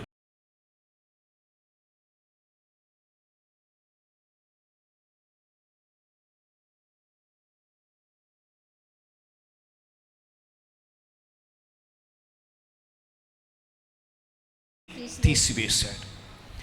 ఇప్పుడు మనం చేయాల్సిన రెండవ పని, ఒకటి ధైర్యం తెచ్చుకున్నాడు, రెండవది హేయమైన విగ్రహాలు తీసేశాడు. అంటే ఇప్పుడు మనం ఏం చేయాలంటే విగ్రహాలు తీసేయాలి. విగ్రహాలు అంటే చాలామంది ఏమనుకుంటారంటే క్రైస్తవేతర ప్రపంచంలో ఉన్న విగ్రహాలు ఏమనుకుంటారు? కాదండి, దేవునికి హేయమైన విగ్రహాలు ఉన్నాయి. మీ ఇంట్లో ఉన్నాయి బ్రదర్, మన కుటుంబాల్లో ఉన్నాయి. మాకు ఏ ప్రతిమ లేదండి. నేను చెప్పేది ఐడియల్ గురించి కాదు మాట్లాడేది. దేవునికి అసహ్యమైన విగ్రహాలు కొన్ని ఉన్నాయి. వాటిని సొలొమోను రాశాడు.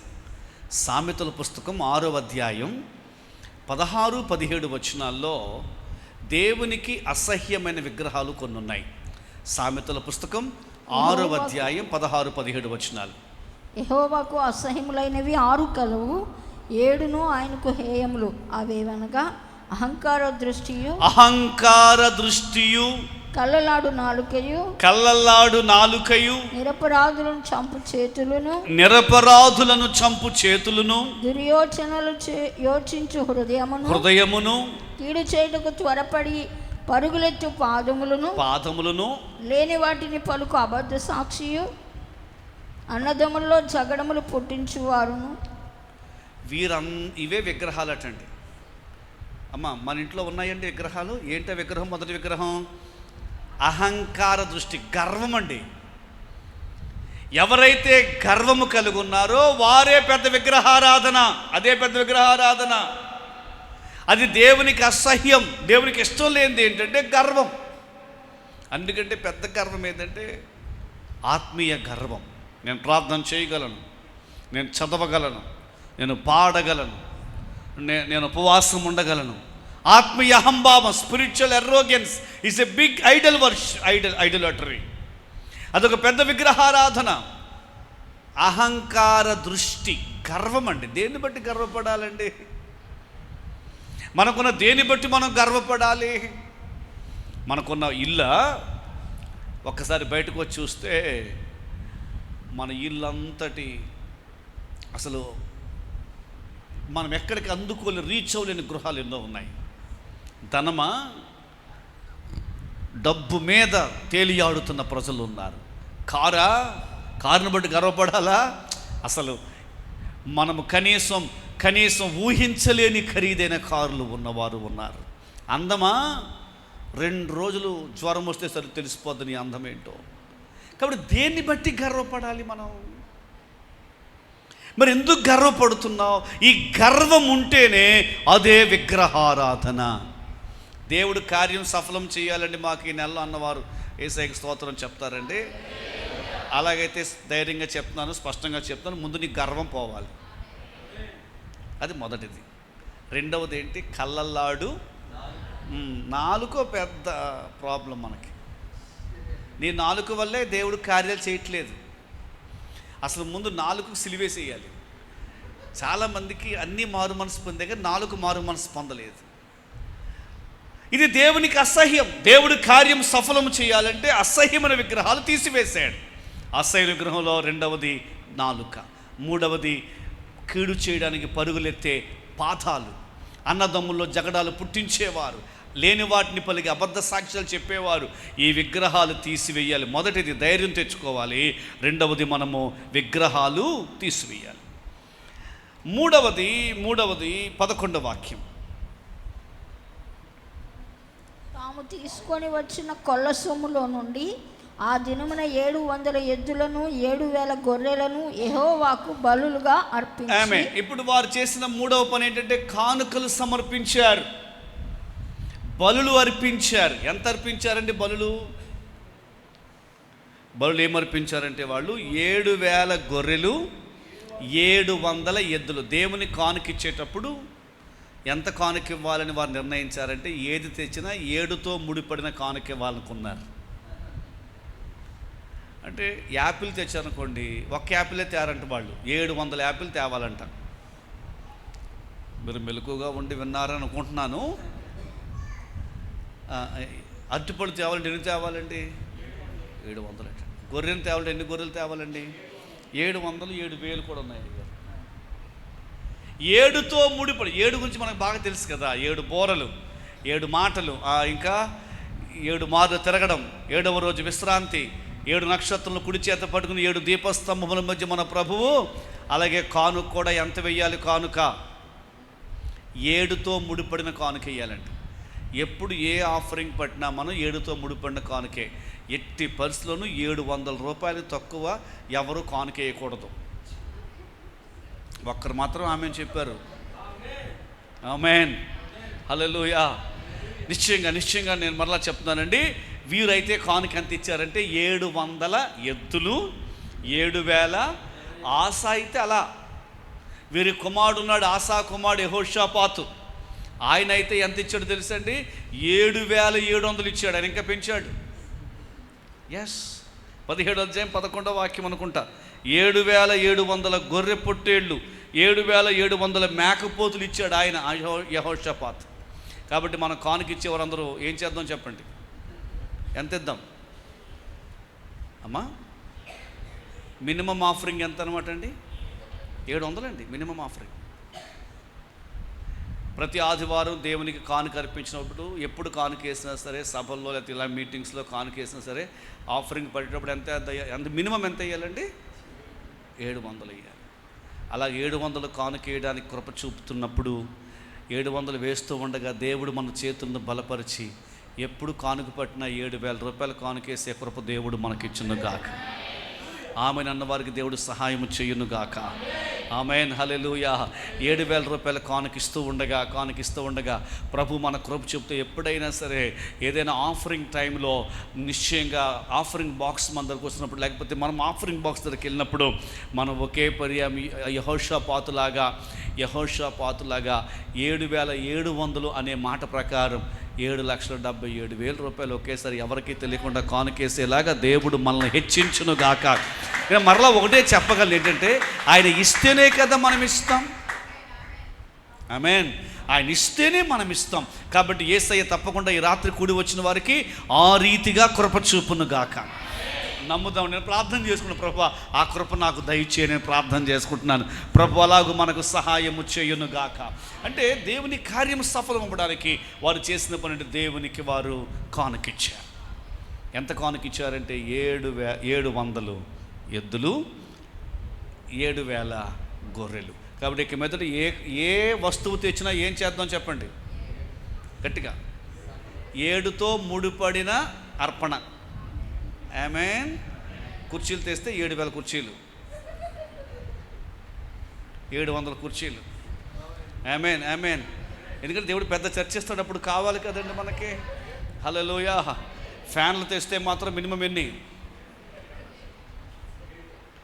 విశ్వాసంతో మీరు 7తో ముడిపడిన అర్పణ తీసుకురావాలి. ప్రభు ఆ రీతిగా మనల్ని హెచ్చించును గాక. చప్పట్లు కొట్టి ప్రభుకు స్తోత్రం చేద్దాం. ఆ తరువాత 14వ వాక్యం, వారు ఎలుగెత్తి బొబ్బలిడుచు మేళములతోనూ నాదముతోనూ బేరీధ్వనులతోనూ యెహోవా సన్నిధిని ప్రమాణము చేశారు. ఆమేన్. ఆ తదుపరి వారు చేసిన పని ఏంటంటే సంగీతముతో ప్రభువును స్తుతించారు. బోరల నాదం, మేళములు, బేరీధ్వనులతో యెహోవా సన్నిధిని ప్రమాణము చేశారు. వారు సంగీతముతో ప్రభువును ఆరాధన చేశారు. మన ప్రభువు సంగీత ప్రియుడు. ఆయన పరలోకమందు సంగీతముతో ఉన్నారు. ఆయన వచ్చేటప్పుడు యేసయ్య బెత్లెహేములో జన్మించినప్పుడు అండి, ఆయన లోకానికి రాగానే పరలోకపు ఆర్కెస్ట్రా వచ్చేసింది ఈ లోకానికి. అంతేగా, బెత్లెహేం పొలాల్లో దేవదూతలు వచ్చి పాటలు పాడారు, సంగీతంతో ప్రభువును స్తుతించారు. రెండవ రాకడలో కూడా ఆయన వచ్చేటప్పుడు ఏముంటుందండి? కడబోర ధ్వనితో యేసయ్య వస్తాడు, ప్రధాన దూత శబ్దముతో యేసయ్య వస్తాడు. ఆమేన్, హల్లెలూయా. దేవుని కార్యాలు నెరవేర్పు కొరకు మొదటిగా అతను ధైర్యం తెచ్చుకున్నాడు. రెండవది విగ్రహాలు తీసివేశాడు. మూడవది 7తో ముడిపడిన కానుకిచ్చాడు. 4వది సంగీతములతో ప్రభువును స్తుతించాడు, ప్రభు నామాన్ని ఘనపరిచాడు. ఆ తరువాత 16వ వాక్యం, అసహ్యమైన ఒక దేవతా స్తంభము నిలిపినందున ఆమె ఇక పట్టపు దేవి అయి ఉండకుండా రాజైన ఆసా ఆమెను త్రోసివేసి ఆమె నిలిపిన విగ్రహమును పడగొట్టి చిన్నాభిన్నం చేసి కిద్రోను వాగు దగ్గర దాన్ని కాల్చివేశాను. థ్యాంక్ యూ అమ్మా. దేవుని వాగ్దానం మన జీవితంలో నెరవేరాలి అని అంటే మనము చేయాల్సింది తల్లి అయిన మయాకా నిలిపిన విగ్రహాలు తీసివేయాలటండి. ఆమేన్, ఆమేన్. ఏం తీసేయాలండి? తల్లి అయిన మయాకా నిలిపిన విగ్రహం తీసివేయాలి. ఆసా తల్లి నిలిపిన విగ్రహం ఆయన కాల్చివేశాడు. మనం ఈరోజు తీసివేయవలసిన విగ్రహం ఏంటంటే, కొన్ని విగ్రహాలు మన ఇంట్లో ఉన్నాయండి. ముఖ్యంగా క్రైస్తవ సంఘంలో మూడవ శతాబ్దంలో కొన్ని విగ్రహాలు మయాకా లేకపోతే రోమన్ క్యాథలిక్ క్రైస్తవ సంఘంలోకి కొన్ని విగ్రహాలు తెచ్చింది. రోమన్ క్యాథలిక్ తీసుకొచ్చిన కొన్ని మయాకా తీసుకొచ్చిన విగ్రహాలను నేటి క్రైస్తవ సంఘం వాటిని కాల్చివేయాలి. ఆమేన్, హల్లెలూయా. అందరూ యేసయ్యకు స్తోత్రం చేద్దాం. హల్లెలూయా. ఏంటి ఆ విగ్రహాలు? మొన్నే చేసినట్టున్నారు కదండి. ఇది ఆషాఢ మాసం అయిపోయిందండి క్రైస్తవులకి. మొన్న ఈస్టర్తో ఆషాఢ మాసం అయిపోయి ఉంటుంది. ఎందుకంటే ఆ 40 రోజులు క్రైస్తవులకి ఆషాఢ మాసం అండి. పెళ్ళిళ్ళు చేసుకోలేదు, చికెన్ తినలేదు, ఇవన్నీ ఆషాఢ మాసంలో కూడా జరుగుతాయి. అది క్రిస్టియన్ ఆషాఢ మాసం అండి. అది ఎక్కడి నుంచి వచ్చింది? ఎవరు తీసుకొచ్చారు? రోమన్ క్యాథలిక్ తీసుకొచ్చారు. మయాకా తీసుకొచ్చిన విగ్రహాలు. తమ్మూజను దేవతకు దేవుని మందిరములో కొందరు స్త్రీలు పూజలు చేస్తూ లేక అంగలార్పు చేస్తున్నారు అని యెహెజ్కేలు ప్రవచనంలో వ్రాయబడినట్లుగా అలాగున అంగలార్పు దినాలు జరుగుతూ వచ్చాయి. ఇది అన్యజనాచారం క్రైస్తవ సంఘంలోనికి జొరబడింది, క్రిస్టియానిటీలోకి వచ్చింది. 3వ శతాబ్దం నుండి విగ్రహ సంబంధమైన ఎన్నో దేవునికి వ్యతిరేకమైన విషయాలను వారు లోపలికి తీసుకొచ్చారు. ఆ తరువాత దేవుడు ఎన్నుకున్న కొంతమంది దైవజనులు నెమ్మదిగా వాటిని క్రమపరుచుకుంటూ వాటిని ధ్వంసం చేస్తూ వచ్చారు. కానీ ఇప్పటికింకా కొన్ని అన్య సంబంధమైన ఆచారాలు క్రైస్తవ సంఘములో అలా లోపలుండిపోయాయి.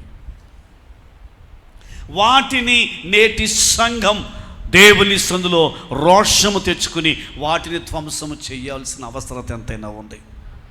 హల్లెలూయా.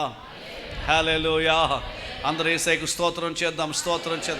అంటే మన పితరుల అంటే కొన్ని ఆచారాలు ఉన్నాయండి.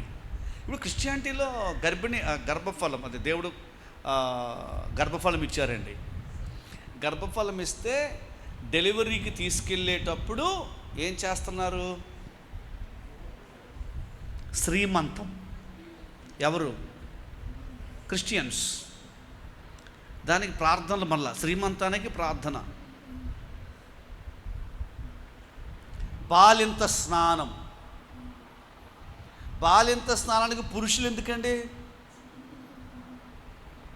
మొత్తం ఊరంతా వెళ్ళిపోవాలి. ఇవన్నీ మయాకా తీసుకొచ్చిన విగ్రహాలండి. డెలివరీకి మా ఊర్లోనండి మాకు మీరు 50 కేజీల స్వీట్ తేవాలండి. 50 కేజీ స్వీట్ తేవాలండి. 100 కేజీ స్వీట్ తేవాలండి. దేనికండి? ప్రెస్టేజ్ కోసం అండి. ఆ స్వీట్లు పంచి పెడుతుంటే ఎవరికి పంచి పెడుతున్నారో ఆ ఇంటి వారు ఎవ్వరు తినడం లేదు. ఎందుకంటే ఇప్పుడు అందరికీ షుగర్ కాబట్టి ఆ స్వీట్లు వాళ్ళ ఇంట్లో పెంచుకుంటున్న కుక్కలకు వేసేస్తున్నారు కదా. అయినా సరే ప్రెస్టేజ్కి కావాలి. సంఘములో మెచ్యూర్ ఫంక్షన్ పూర్వకాలపు ఆచారం. పూర్వకాలం మందు రవాణా లేని కాలంలో, కమ్యూనికేషన్ లేని కాలంలో మా ఇంట్లో ఒక బిడ్డ వివాహానికి సిద్ధంగా ఉందని చెప్పడం కొరకు, బంధువులకు తెలియచేయడం కొరకు ఏర్పాటు చేసిన ఒక ఆచారం. ఇప్పుడు అది చేయకపోతే 4 ఆకులు లేవాలమ్మా, లేకపోతే కార్యం అది చేయకపోతే ఎలాగా? 4 ఆకులు లేవాలని వాళ్ళు బాగా చెప్తారు. ఇక్కడ 4 లక్షలు లేచిపోతున్నాయి. ఆచారం. క్రైస్తవ్యం మతం కాదని మనం చెప్తాం. కానీ నేనేమంటున్నానంటే క్రైస్తవ్యాన్ని మతముగా మనం మార్చేసాం.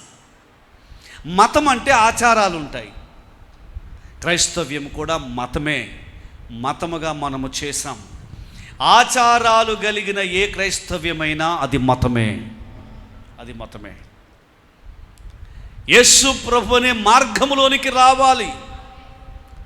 ఈ దినాన ఆశా చేసిన దేవుడు మరలా కార్యం సఫలం చేయాలంటే కొన్ని ఆచారాలు, ఆ మయాక నిలిపినటువంటి ఆ విగ్రహాలు నీవు కాల్చివేయాలి. వాటి నుంచి నువ్వు బయటకు రావాలి. ఐగుప్తు దేశం నుంచి దేవుడు వారిని బయటకు తీసుకొచ్చాడు కదా. బయటకు తీసుకురావడానికి దేవుడు ఏం చెప్పాడు? మోషే వెళ్ళేటప్పుడే దేవుడు చెప్పాడు, ఇశ్రాయేలు నా జ్యేష్ఠ కుమారుడు, ఇశ్రాయేలు నువ్వు పంపించకపోతే నీ జ్యేష్ఠ కుమారుడు చనిపోతాడని దేవుడు చెప్పినటువంటి ఒకే ఒక సూచన అది. జ్యేష్ఠపుత్ర సంహారమే, సంహారక దూత వచ్చిన రాత్రి జరిగిన సంఘటనే. కానీ దానికి ముందు దేవుడు 9 తెగుళ్ళు పంపించాడు. ఎందుకు 9 తెగుళ్ళు పంపించాడు అక్కడ? అందరూ వింటున్నారండి?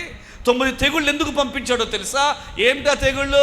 ఏగలు, ఇంకా పేలు, నీరు రక్తముగా మారుట, పాము, ఇంకేంటండి మిడతలు. ఇవన్నీ ఏంటో తెలుసా? అవన్నీ ఏగలైనా పేలైనా కప్పలైనా అవన్నీ ఐగుప్తీయులకు దేవతలు. ఐగుప్తీయులు పూజిస్తారు వాటిని. 400 సంవత్సరాలు దేవుని బిడ్డలు అక్కడ ఉండిపోయారు కదండి. కాబట్టి వీళ్ళు ఏం చేశారంటే ఈ 400 సంవత్సరాల్లో ఐగుప్తీయుల ఆచారాలు ఇశ్రాయేలులకు అలవాటైపోయాయి. ఐగుప్తీయుల పండగల్లో ఇశ్రాయేలు పాలు పొందడం మొదలుపెట్టారు. ఫర్ ద లాస్ట్ 400 years వారు అక్కడ ఉండడం బట్టి ఆ ఈగలను, కప్పలను, మిడతలను కూడా దైవముగా భావించే ఐగుప్తీయులతో సమానంగా ఇశ్రాయేలీలు ఆచారాలను కొంచెం అలవాటు పడ్డారు. అందుకే దేవుడు వారిని బయటకు తీసుకొచ్చే ముందు ఆ తెగుళ్ళు, ఆ దేవతల మీద ఉగ్రతగా దేవుడు పంపించాడు. ఎంతమందికి అర్థమవుతుంది? ఐగుప్తు దేశం నుంచి వారిని బయటకు తీసుకురావడానికి ఒక్క రాత్రిలో దేవుడు తీసుకొచ్చేసాడు, అంతేనా? కానీ ఆ ఇశ్రాయేలీయుల మనస్సుల్లో నుండి ఐగుప్తు అనేటువంటి ఆచారాన్ని, ఐగుప్తు అనేటువంటి మనస్సును తీసివేయడానికి దేవుడు 40 సంవత్సరాలు టైం పట్టింది వాళ్ళకి. ఎంతమంది వాక్యాన్ని అర్థం చేసుకుంటున్నారండి? ఒక్క నైట్లో బయటకు వచ్చారు, భౌగోళికంగా బయటకు వచ్చారు. కానీ ఐగుప్తు ఆచారాలు మాత్రం వారు, అందుకనే వాళ్ళకి అప్పుడప్పుడు మధ్య మధ్యలో మన్నా తింటున్నా సరే ఐగుప్తు చికెన్ సెంటర్ గుర్తొచ్చేది కదండి.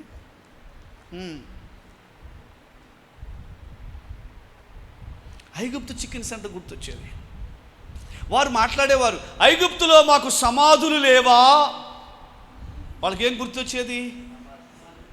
క్రిస్టియన్స్ అయినంత మాత్రాన మేము కూడా మాకు సమాధులు ఉంటాయని మొన్న ఒక 2 వారాల క్రితం అందరూ సమాధుల దగ్గరికి వెళ్ళినట్టున్నారు. వాళ్ళందరూ ఐగుప్తీయులే. సమాధుల దగ్గరికి వెళ్ళి ప్రార్థనలు చేసే వాళ్ళందరూ ఐగుప్తు ఆచారాల్లోంచి వారు బయటకు రాలేదు. They are still Egyptians. దేవుడు కార్యం చేయాలంటే ఈ విగ్రహ సంబంధమైనటువంటి మయాకా నిలిపిన విగ్రహాలను ధ్వంసం చేయాలి. హల్లెలూయా, హల్లెలూయా. ప్రభు మనకు వాక్యాన్ని నేర్పించునుగాక. సత్యంలోంచి సర్వసత్యంలోకి మనం మొత్తముగాక. నిశ్చయంగా ఐగుప్తు సంబంధమైన ఆచారాల నుంచి బయటకు రావాలండి. వాటన్నిటి నుంచి బయటకు రావాలండి. సమాధి దగ్గరికి వెళ్ళడం, దానికి పూజ చేయడం, దానికి అక్కడ సమాధి దగ్గర క్యాండిల్స్ వెలిగించడం, సమాధి దగ్గర ఇంకా ప్రార్థనలు చేయడం. ఎప్పుడంటే క్రిస్టియానిటీ వాటి నుంచి బయటకు వస్తుంది? ఎప్పుడంటే వాటి నుంచి మన ఆచారం నుంచి బయటకు వస్తాం? నేను నెమ్మదిగా మరలా చెప్తున్నాను, పూర్తిగా ఐగుప్తు నుంచి బయటకు వస్తే తప్ప దేవుని సంపూర్ణమైన చిత్తాన్ని మనం నెరవేర్చిన వారము కాకుండా అయిపోతాం. So come out from Egypt. ఐగుప్తు నుంచి బయటకు వచ్చే వీరు ఆశ వాటిని పడగొట్టి త్రోసివేసి కిద్రోను దగ్గర వాటిని కాల్చివేశాడు. దేవునికి మహిమ కలుగునుగాక, దేవునికి మహిమ కలుగునుగాక.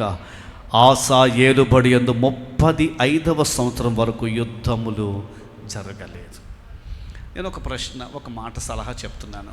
ఒక్కసారి ఇంటికి వెళ్ళి మన ఇంట్లో దేవునికి ఇష్టము లేని బైబిల్ ఆమోదించని ఆచారాలు ఏమేమి ఉన్నాయో అవన్నీ వ్రాసుకుందామండి. ఇంట్లో ఉన్నాయండి మీ ఇంట్లో ఉన్నాయండి.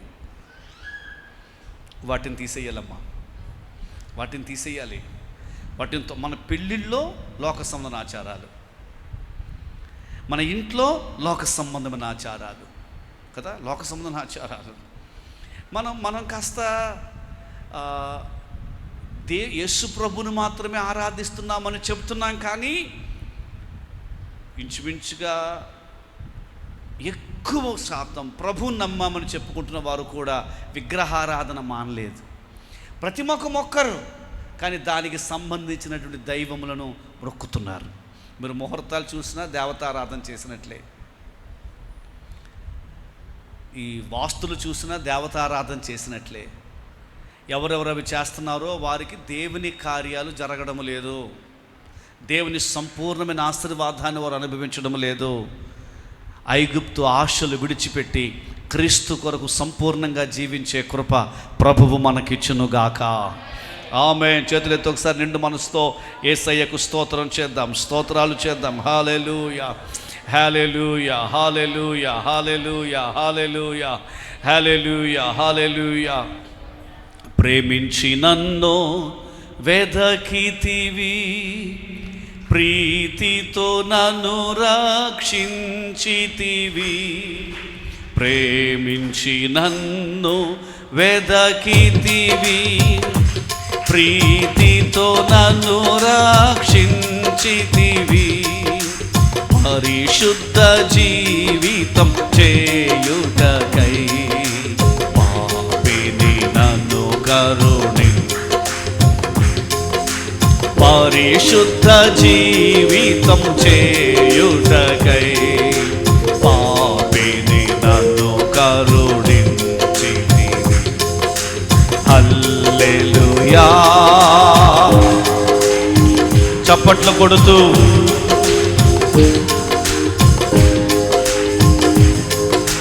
హల్లెలూయా అని పాడెదను ఆనందముతో. Praise the lord. హల్లెలూయా అని పాడెదను ఆనందముతో. అల్పకాల శ్రమలనుభవింప అనుదినము కృప. ఆమేన్. అల్పకాల శ్రమలనుభవింప అనుదినము కృప. నాథుని అడుగు జాడలలో నడచుటకు నన్ను. నాథుని అడుగు జాడలలో నడచుటకు నన్ను పిలిచితివి. హల్లెలూయా. ఆమేన్. హల్లెలూయా, హల్లెలూయా అని పాడెదను.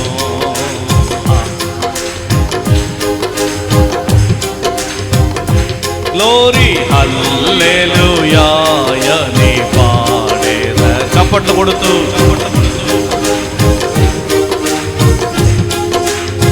Praise the lord. హల్లెలూయా. మనం ముగించుకుందాం. చివరి అధ్యాయం 16వ అధ్యాయాన్ని కూడా స్టడీ చేద్దాం. 16వ అధ్యాయంలో ఆసా ఏలుబడి 36 సంవత్సరాల వరకు వచ్చేసింది. ఈ 36వ సంవత్సరంలో ఒక యుద్ధం వచ్చిందటండి. ఆ యుద్ధం ఎక్కడో తెలుసా? చదవండి అమ్మ మొదటి వాక్యం. ఏలుబడి యందు 36వ సంవత్సరమున ఇశ్రాయేలు రాజైన బయల్షా యూదా వారి మీద దండెత్తి బయలుదేరి యూదా రాజైన ఆసా యొద్దకు రాకపోకలు జరగకుండానట్లు రామాను కట్టింపగా. థ్యాంక్ యూ అమ్మా. ఇప్పుడు యుద్ధం ఒకటి జరుగుతోంది. ఈ యుద్ధం ఎవరి యుద్ధం? మీరు బైబిల్ చూస్తున్నారు కదా, కొంచెం బ్రదర్ చెప్పండి, ఎవరితో యుద్ధం జరుగుతుందండి? ఇజ్రాయేల్ రాజుతో యుద్ధం జరుగుతుంది. ఇజ్రాయేల్ రాజు యుద్ధానికి వచ్చాడట. ఈ యుద్ధం జరిగినప్పుడు ఈ యుద్ధం ఇజ్రాయేల్ రాజు యోధారాజుకి ఏమవుతాడంటారు? ఇజ్రాయేలీలు యూదా రాజ్యం ఏమై ఉన్నారు? అన్నదమ్ములు కదండి. ఇప్పుడు యుద్ధం ఎవరి మధ్య యుద్ధం అంటే అన్నదమ్ముల మధ్య యుద్ధం. ఈ అన్నదమ్ముల మధ్య యుద్ధం ఎటువంటి యుద్ధమో తెలుసండి? అతడు ఆసా యుద్ధకు రాకపోకలు జరగకుండా ఉండే ఒక యుద్ధం అంటండి. అమ్మా, నేను మీ కొరకు బ్రదర్ మీ కొరకు చెప్తున్నాను. ఇప్పుడు అన్నీ బాగున్నాయి, కానీ ఇప్పుడు యుద్ధం వచ్చింది. ఆ యుద్ధం ఏ యుద్ధమో తెలుసా? అన్నదమ్ముల మధ్య యుద్ధం. అన్నదమ్ముల మధ్య యుద్ధం ఏంటంటే ఎటువంటి యుద్ధం అంటే, ఇప్పుడు అన్నదమ్ముల మధ్య రాకపోకలు లేవు. ఇక్కడ కూర్చున్న కొంతమందితో ప్రభు ఈ చివరి 10 minutes ప్రభు మాట్లాడుతున్న మాట ఏంటంటే, మిమ్మల్ని అడుగుతున్న ప్రశ్న నేను వాక్యాన్ని బట్టి, మీ తోబుట్టువులతో మీరు సమాధానంగా ఉన్నారా? మీ ఇంట్లో జరిగే ఫంక్షన్కి ఊరందరూ వస్తారు, మీ అన్నయ్య తప్ప.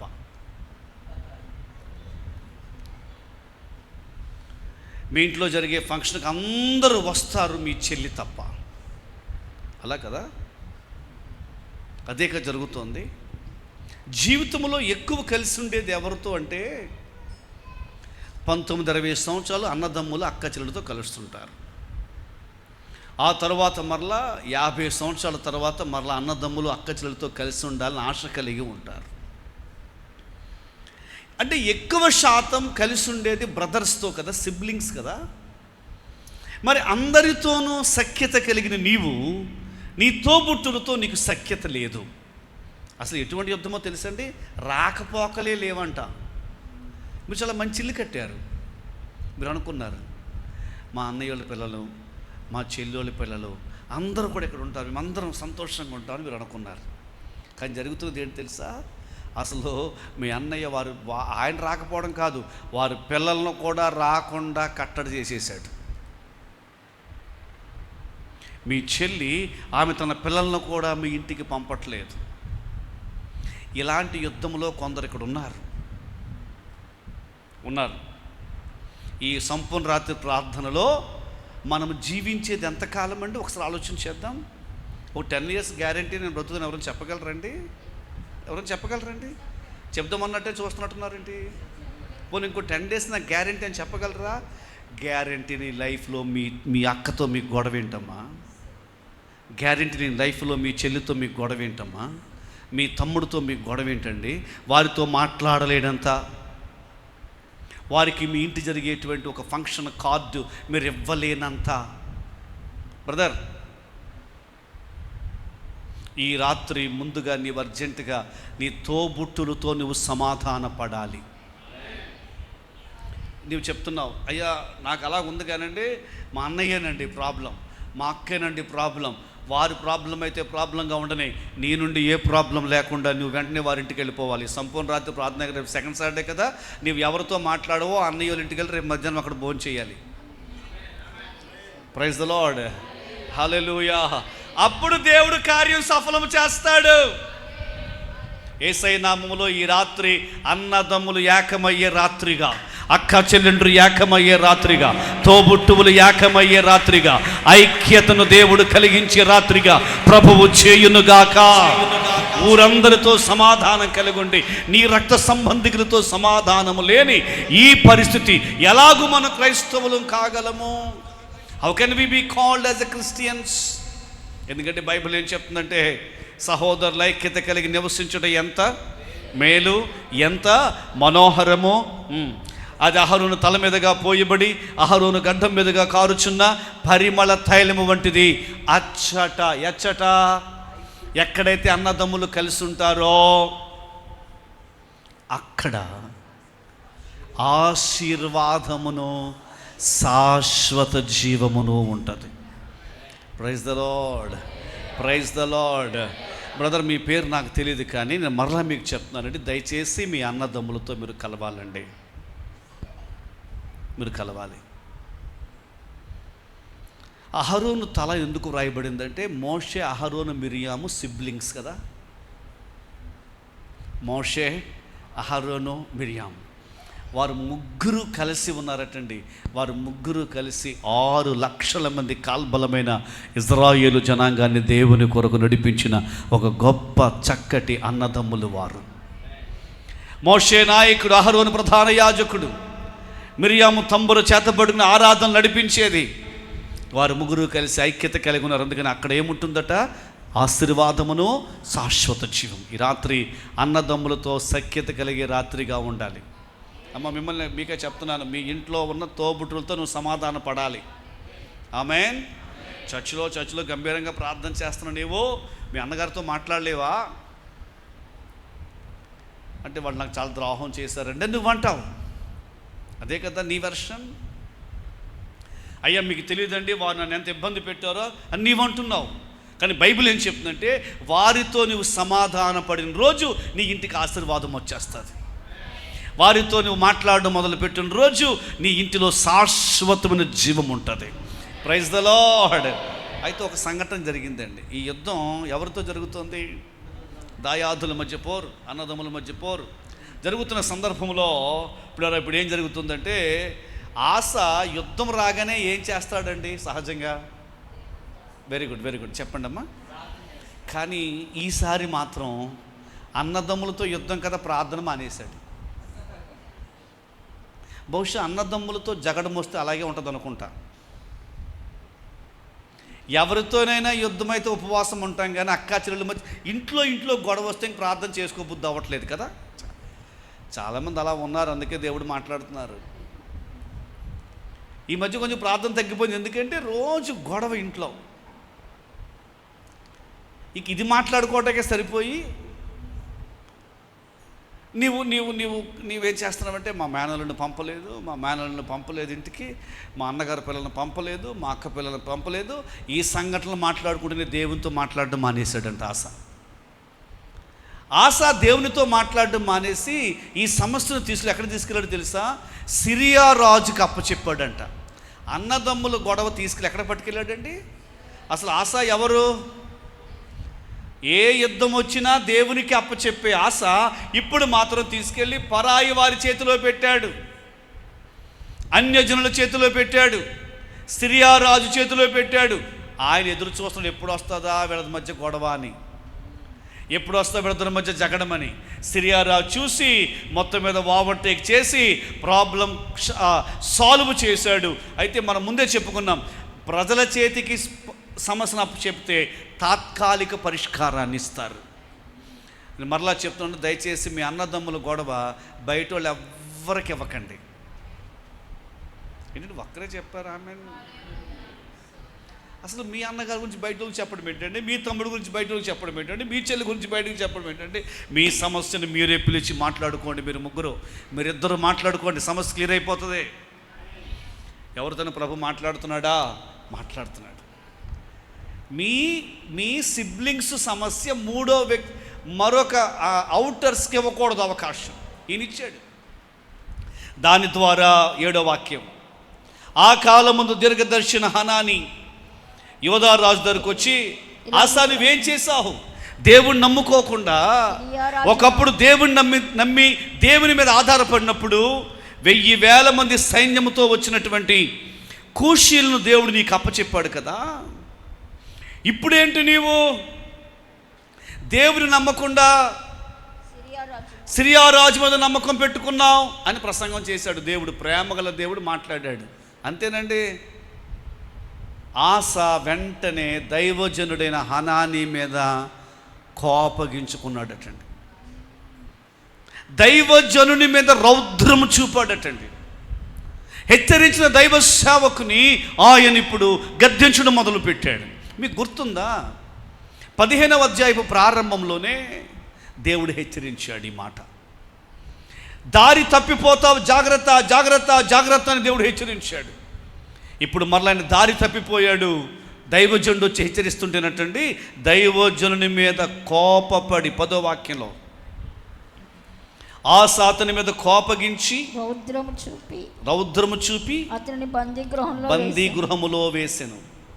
అంతేకాదు ఆ సమయం మంది అనేకులను ఆయన బాధపరిచాడు.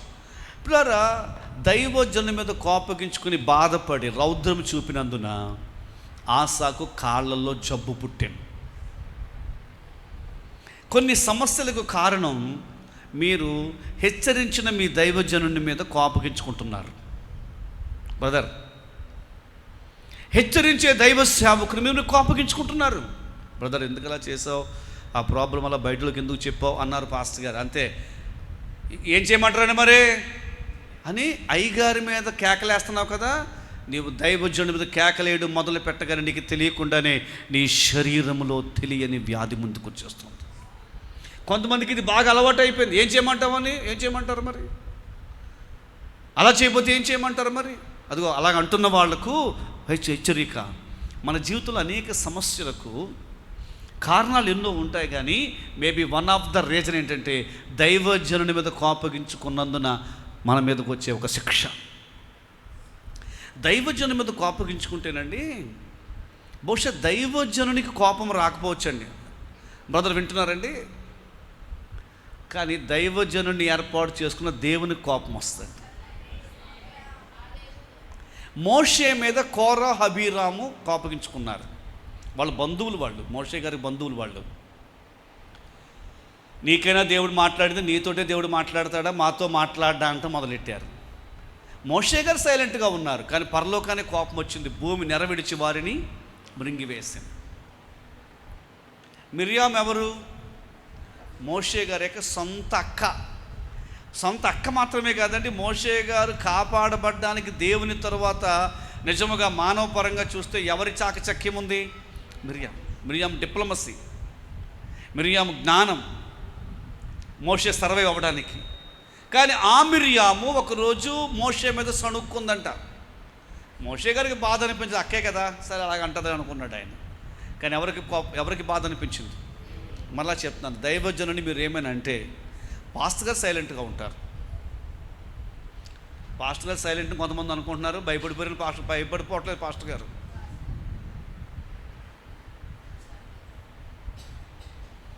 అలాగ మీరు దైవజనుని ఏమంటున్నా సరే వెంటనే దేవుని కోపం వచ్చేద్దండి. మిర్యాముకి ఏమొచ్చిందండి అమ్మా? అసలు దైవజనుని అనడం కాదండి, దైవ సేవకునితో అబద్ధమాడినా కుష్ఠరోగం వచ్చేస్తుంది. గెహాజీ దైవజనుడికి ఏం చెప్పాడు? ఎక్కడికి వెళ్ళావు గెహాజీ అన్నాడండి. ఎక్కడికైనా అంటే ఎక్కడికి వెళ్ళావు అంటే నేను ఇక్కడే జస్ట్ అక్కడ బయట వెనకాల అక్కడ కూర్చున్నాను అన్నట్టుగా చెప్పుకొచ్చాడు ఆయన. ఆయన ఎలాగున్నాడంటే, మీరు వాక్యం చెప్తున్నారు కాబట్టి అక్కడ ప్రార్థన చేస్తున్నానని వెనకాల అన్నట్టుగా అన్నాడు ఆయన.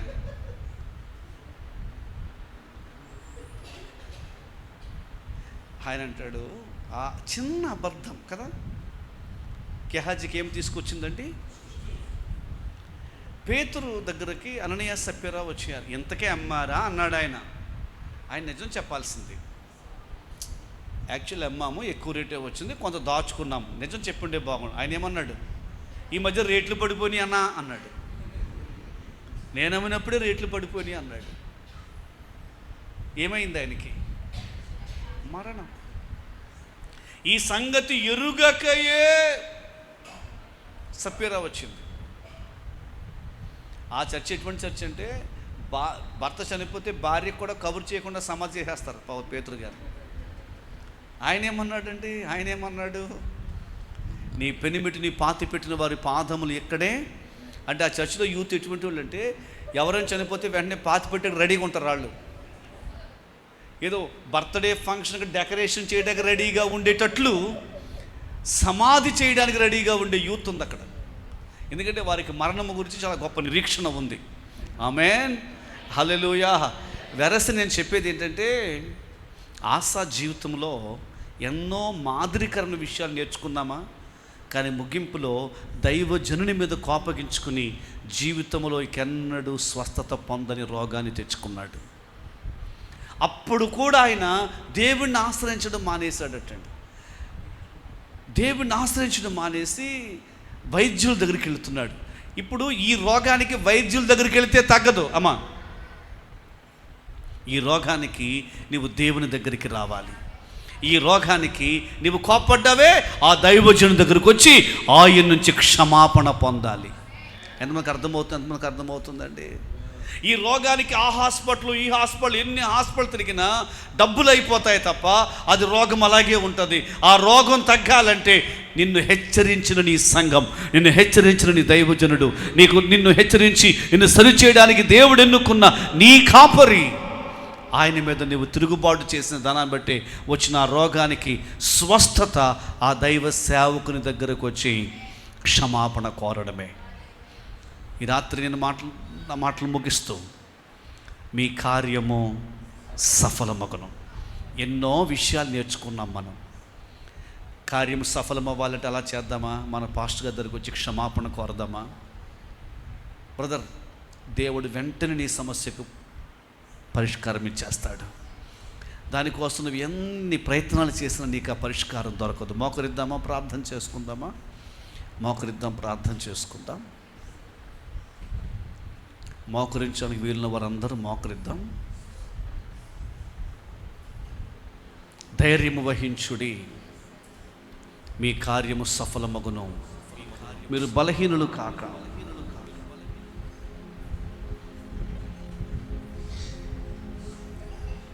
మోకరించడానికి వీలున్న వారందరూ మోకరిద్దామండి. ఈ 2 గంటల సమయంలో ప్రతి మాట మిమ్మల్ని తాకకపోవచ్చు, కానీ ఇప్పటికే ఏదో ఒక మాట మిమ్మల్ని తాకింది. ఈ పాటికే ఏదో ఒక మాట మిమ్మల్ని తాకింది. ఎస్ బ్రదర్, నిన్ను తాకింది ఆల్రెడీ. ఆ మాట నిన్ను ఆలోచింపచేస్తోంది. ఆ ఒక్క మాటతోనే ఒకసారి ప్రార్థన చేయి బ్రదర్.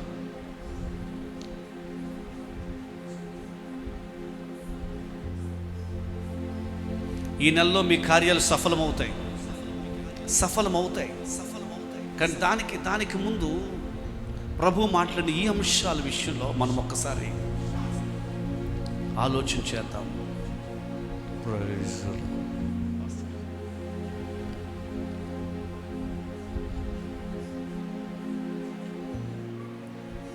దేవుడు తన దాసుని మరుగు చేసి ఇంత ఉన్నతమైన ఉపదేశాన్ని బోధించినందుకు మోకరించి 2 చేతులు దేవుని వైపు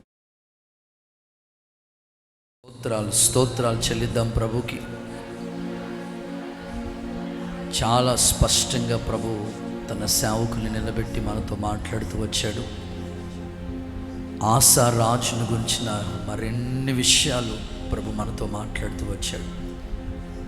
ఈ రాత్రి ధైర్యం వహించండి, మీ కార్యాలన్నీ సఫలం చేయబోతున్నాడు దేవుడు. ప్రార్థన చేయండి. ఒక్క నిమిషం విన్న వాక్యాలన్నీ గుర్తు చేసుకుంటూ మెడిటేషన్ చేస్తూ ప్రార్థన చేసుకోండి. ఆశ కాలంలో ఆయన రాజు అవటమే దేశంలో గొప్ప నెమ్మది. ఆశా కాలంలో దేశంలో ఎలా నెమ్మది ఉన్నదో మన దేశంలో కూడా దేవుడు నెమ్మదిని కలుగు చేయబోతున్నట్లుగా విశ్వాసంతో ప్రార్థన చేయండి. ప్రభువా, మా దేశంలో నెమ్మది ఉండాలి. ఆశా కాలంలో యుద్ధాలు లేవు. మా దేవా, మా కుటుంబాల్లో యుద్ధాలు ఉండకూడదు స్వామి. ఆశా కాలంలో కట్టడాలు జరుగుతూ వచ్చాయి, నిర్మాణ పనులు జరుగుతూ వచ్చాయి. ప్రార్థన చేసుకోండి. ప్రభా, నిర్మాణ పనులు ప్రారంభించాలి స్వామి, వృద్ధి చెందాలి స్వామి.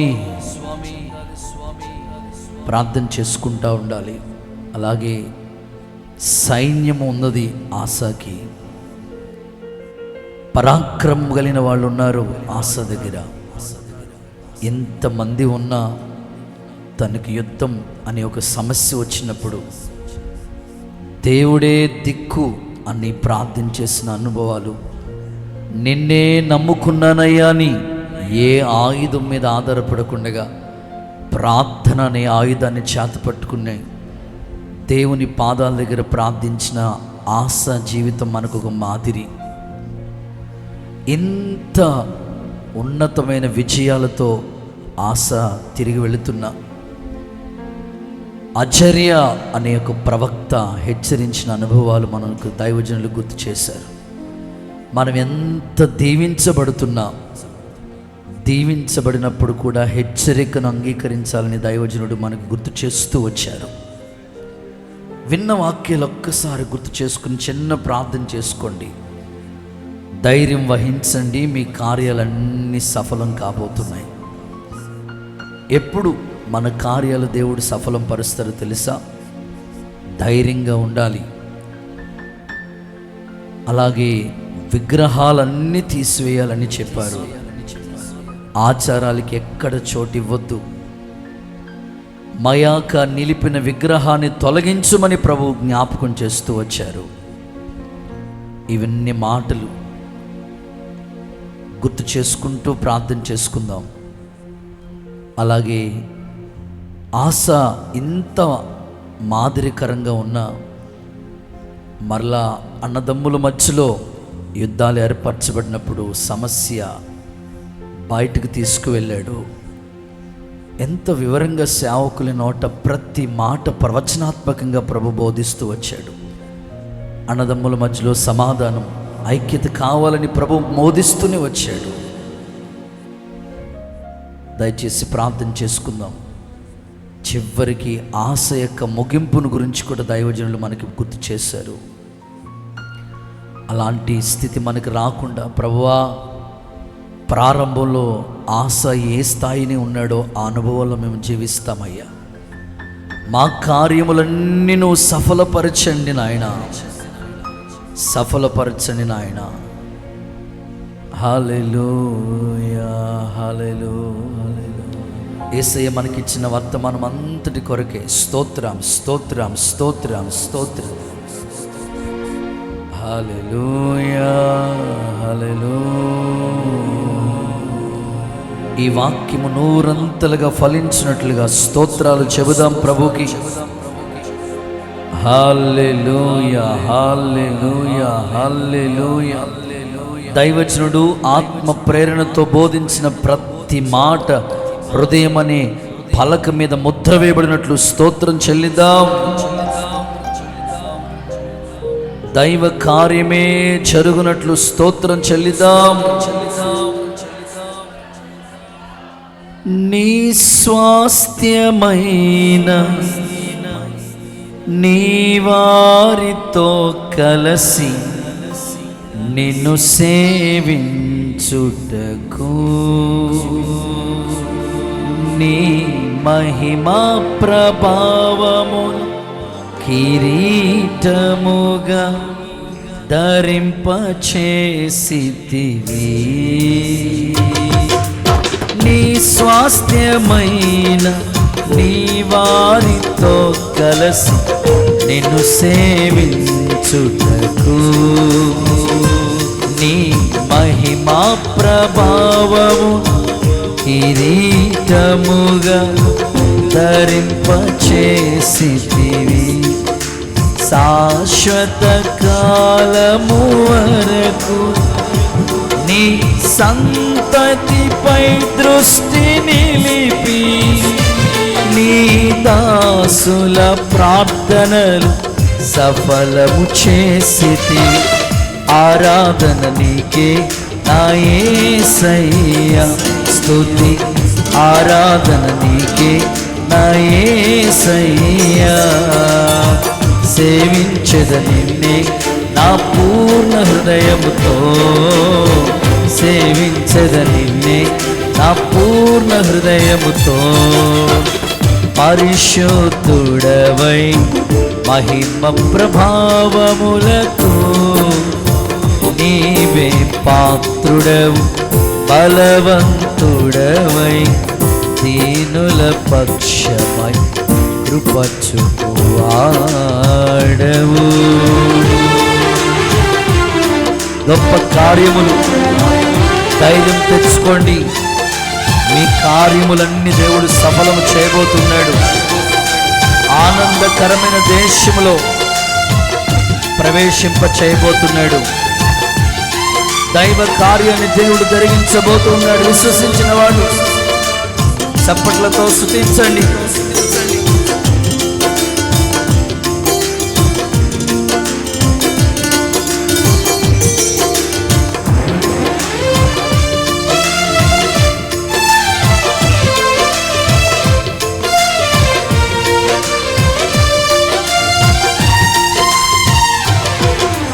నీ నిత్యమైన కరణ చూపి రచుటకు నీ కరుణా కటాక్షము నాపై కురిపించి నన్ను ప్రేమించితివి. నాకు ప్రయోజనము కలుగచేయుట నీ ఉపదేశమును బోధించి నీ దాసుని ప్రాణం సంతోషపరచితి. ఆరాధన నీకే యేసయ్యా, స్తుతి ఆరాధన యేసయ్యా. దీవించద నిన్నే పూర్ణ హృదయముతో సేవించదని. ఆరాధన స్తుతి ఆరాధన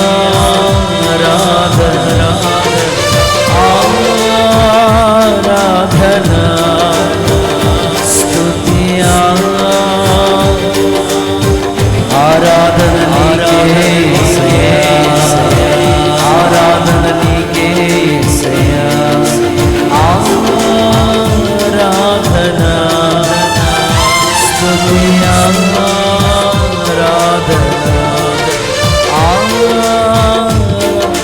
సంపూర్ణముగా అప్పగించుకో.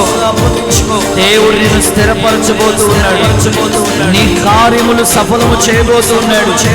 నీ ప్రార్థనలు సఫలము చేయబోతున్నాడు.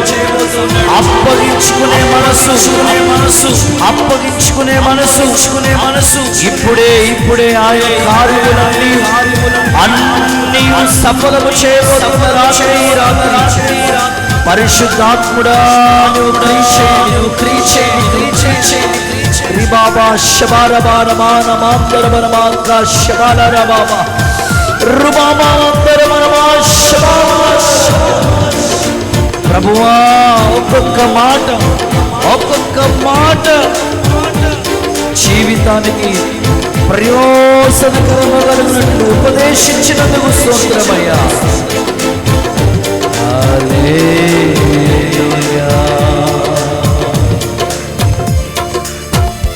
ప్రభు మనకి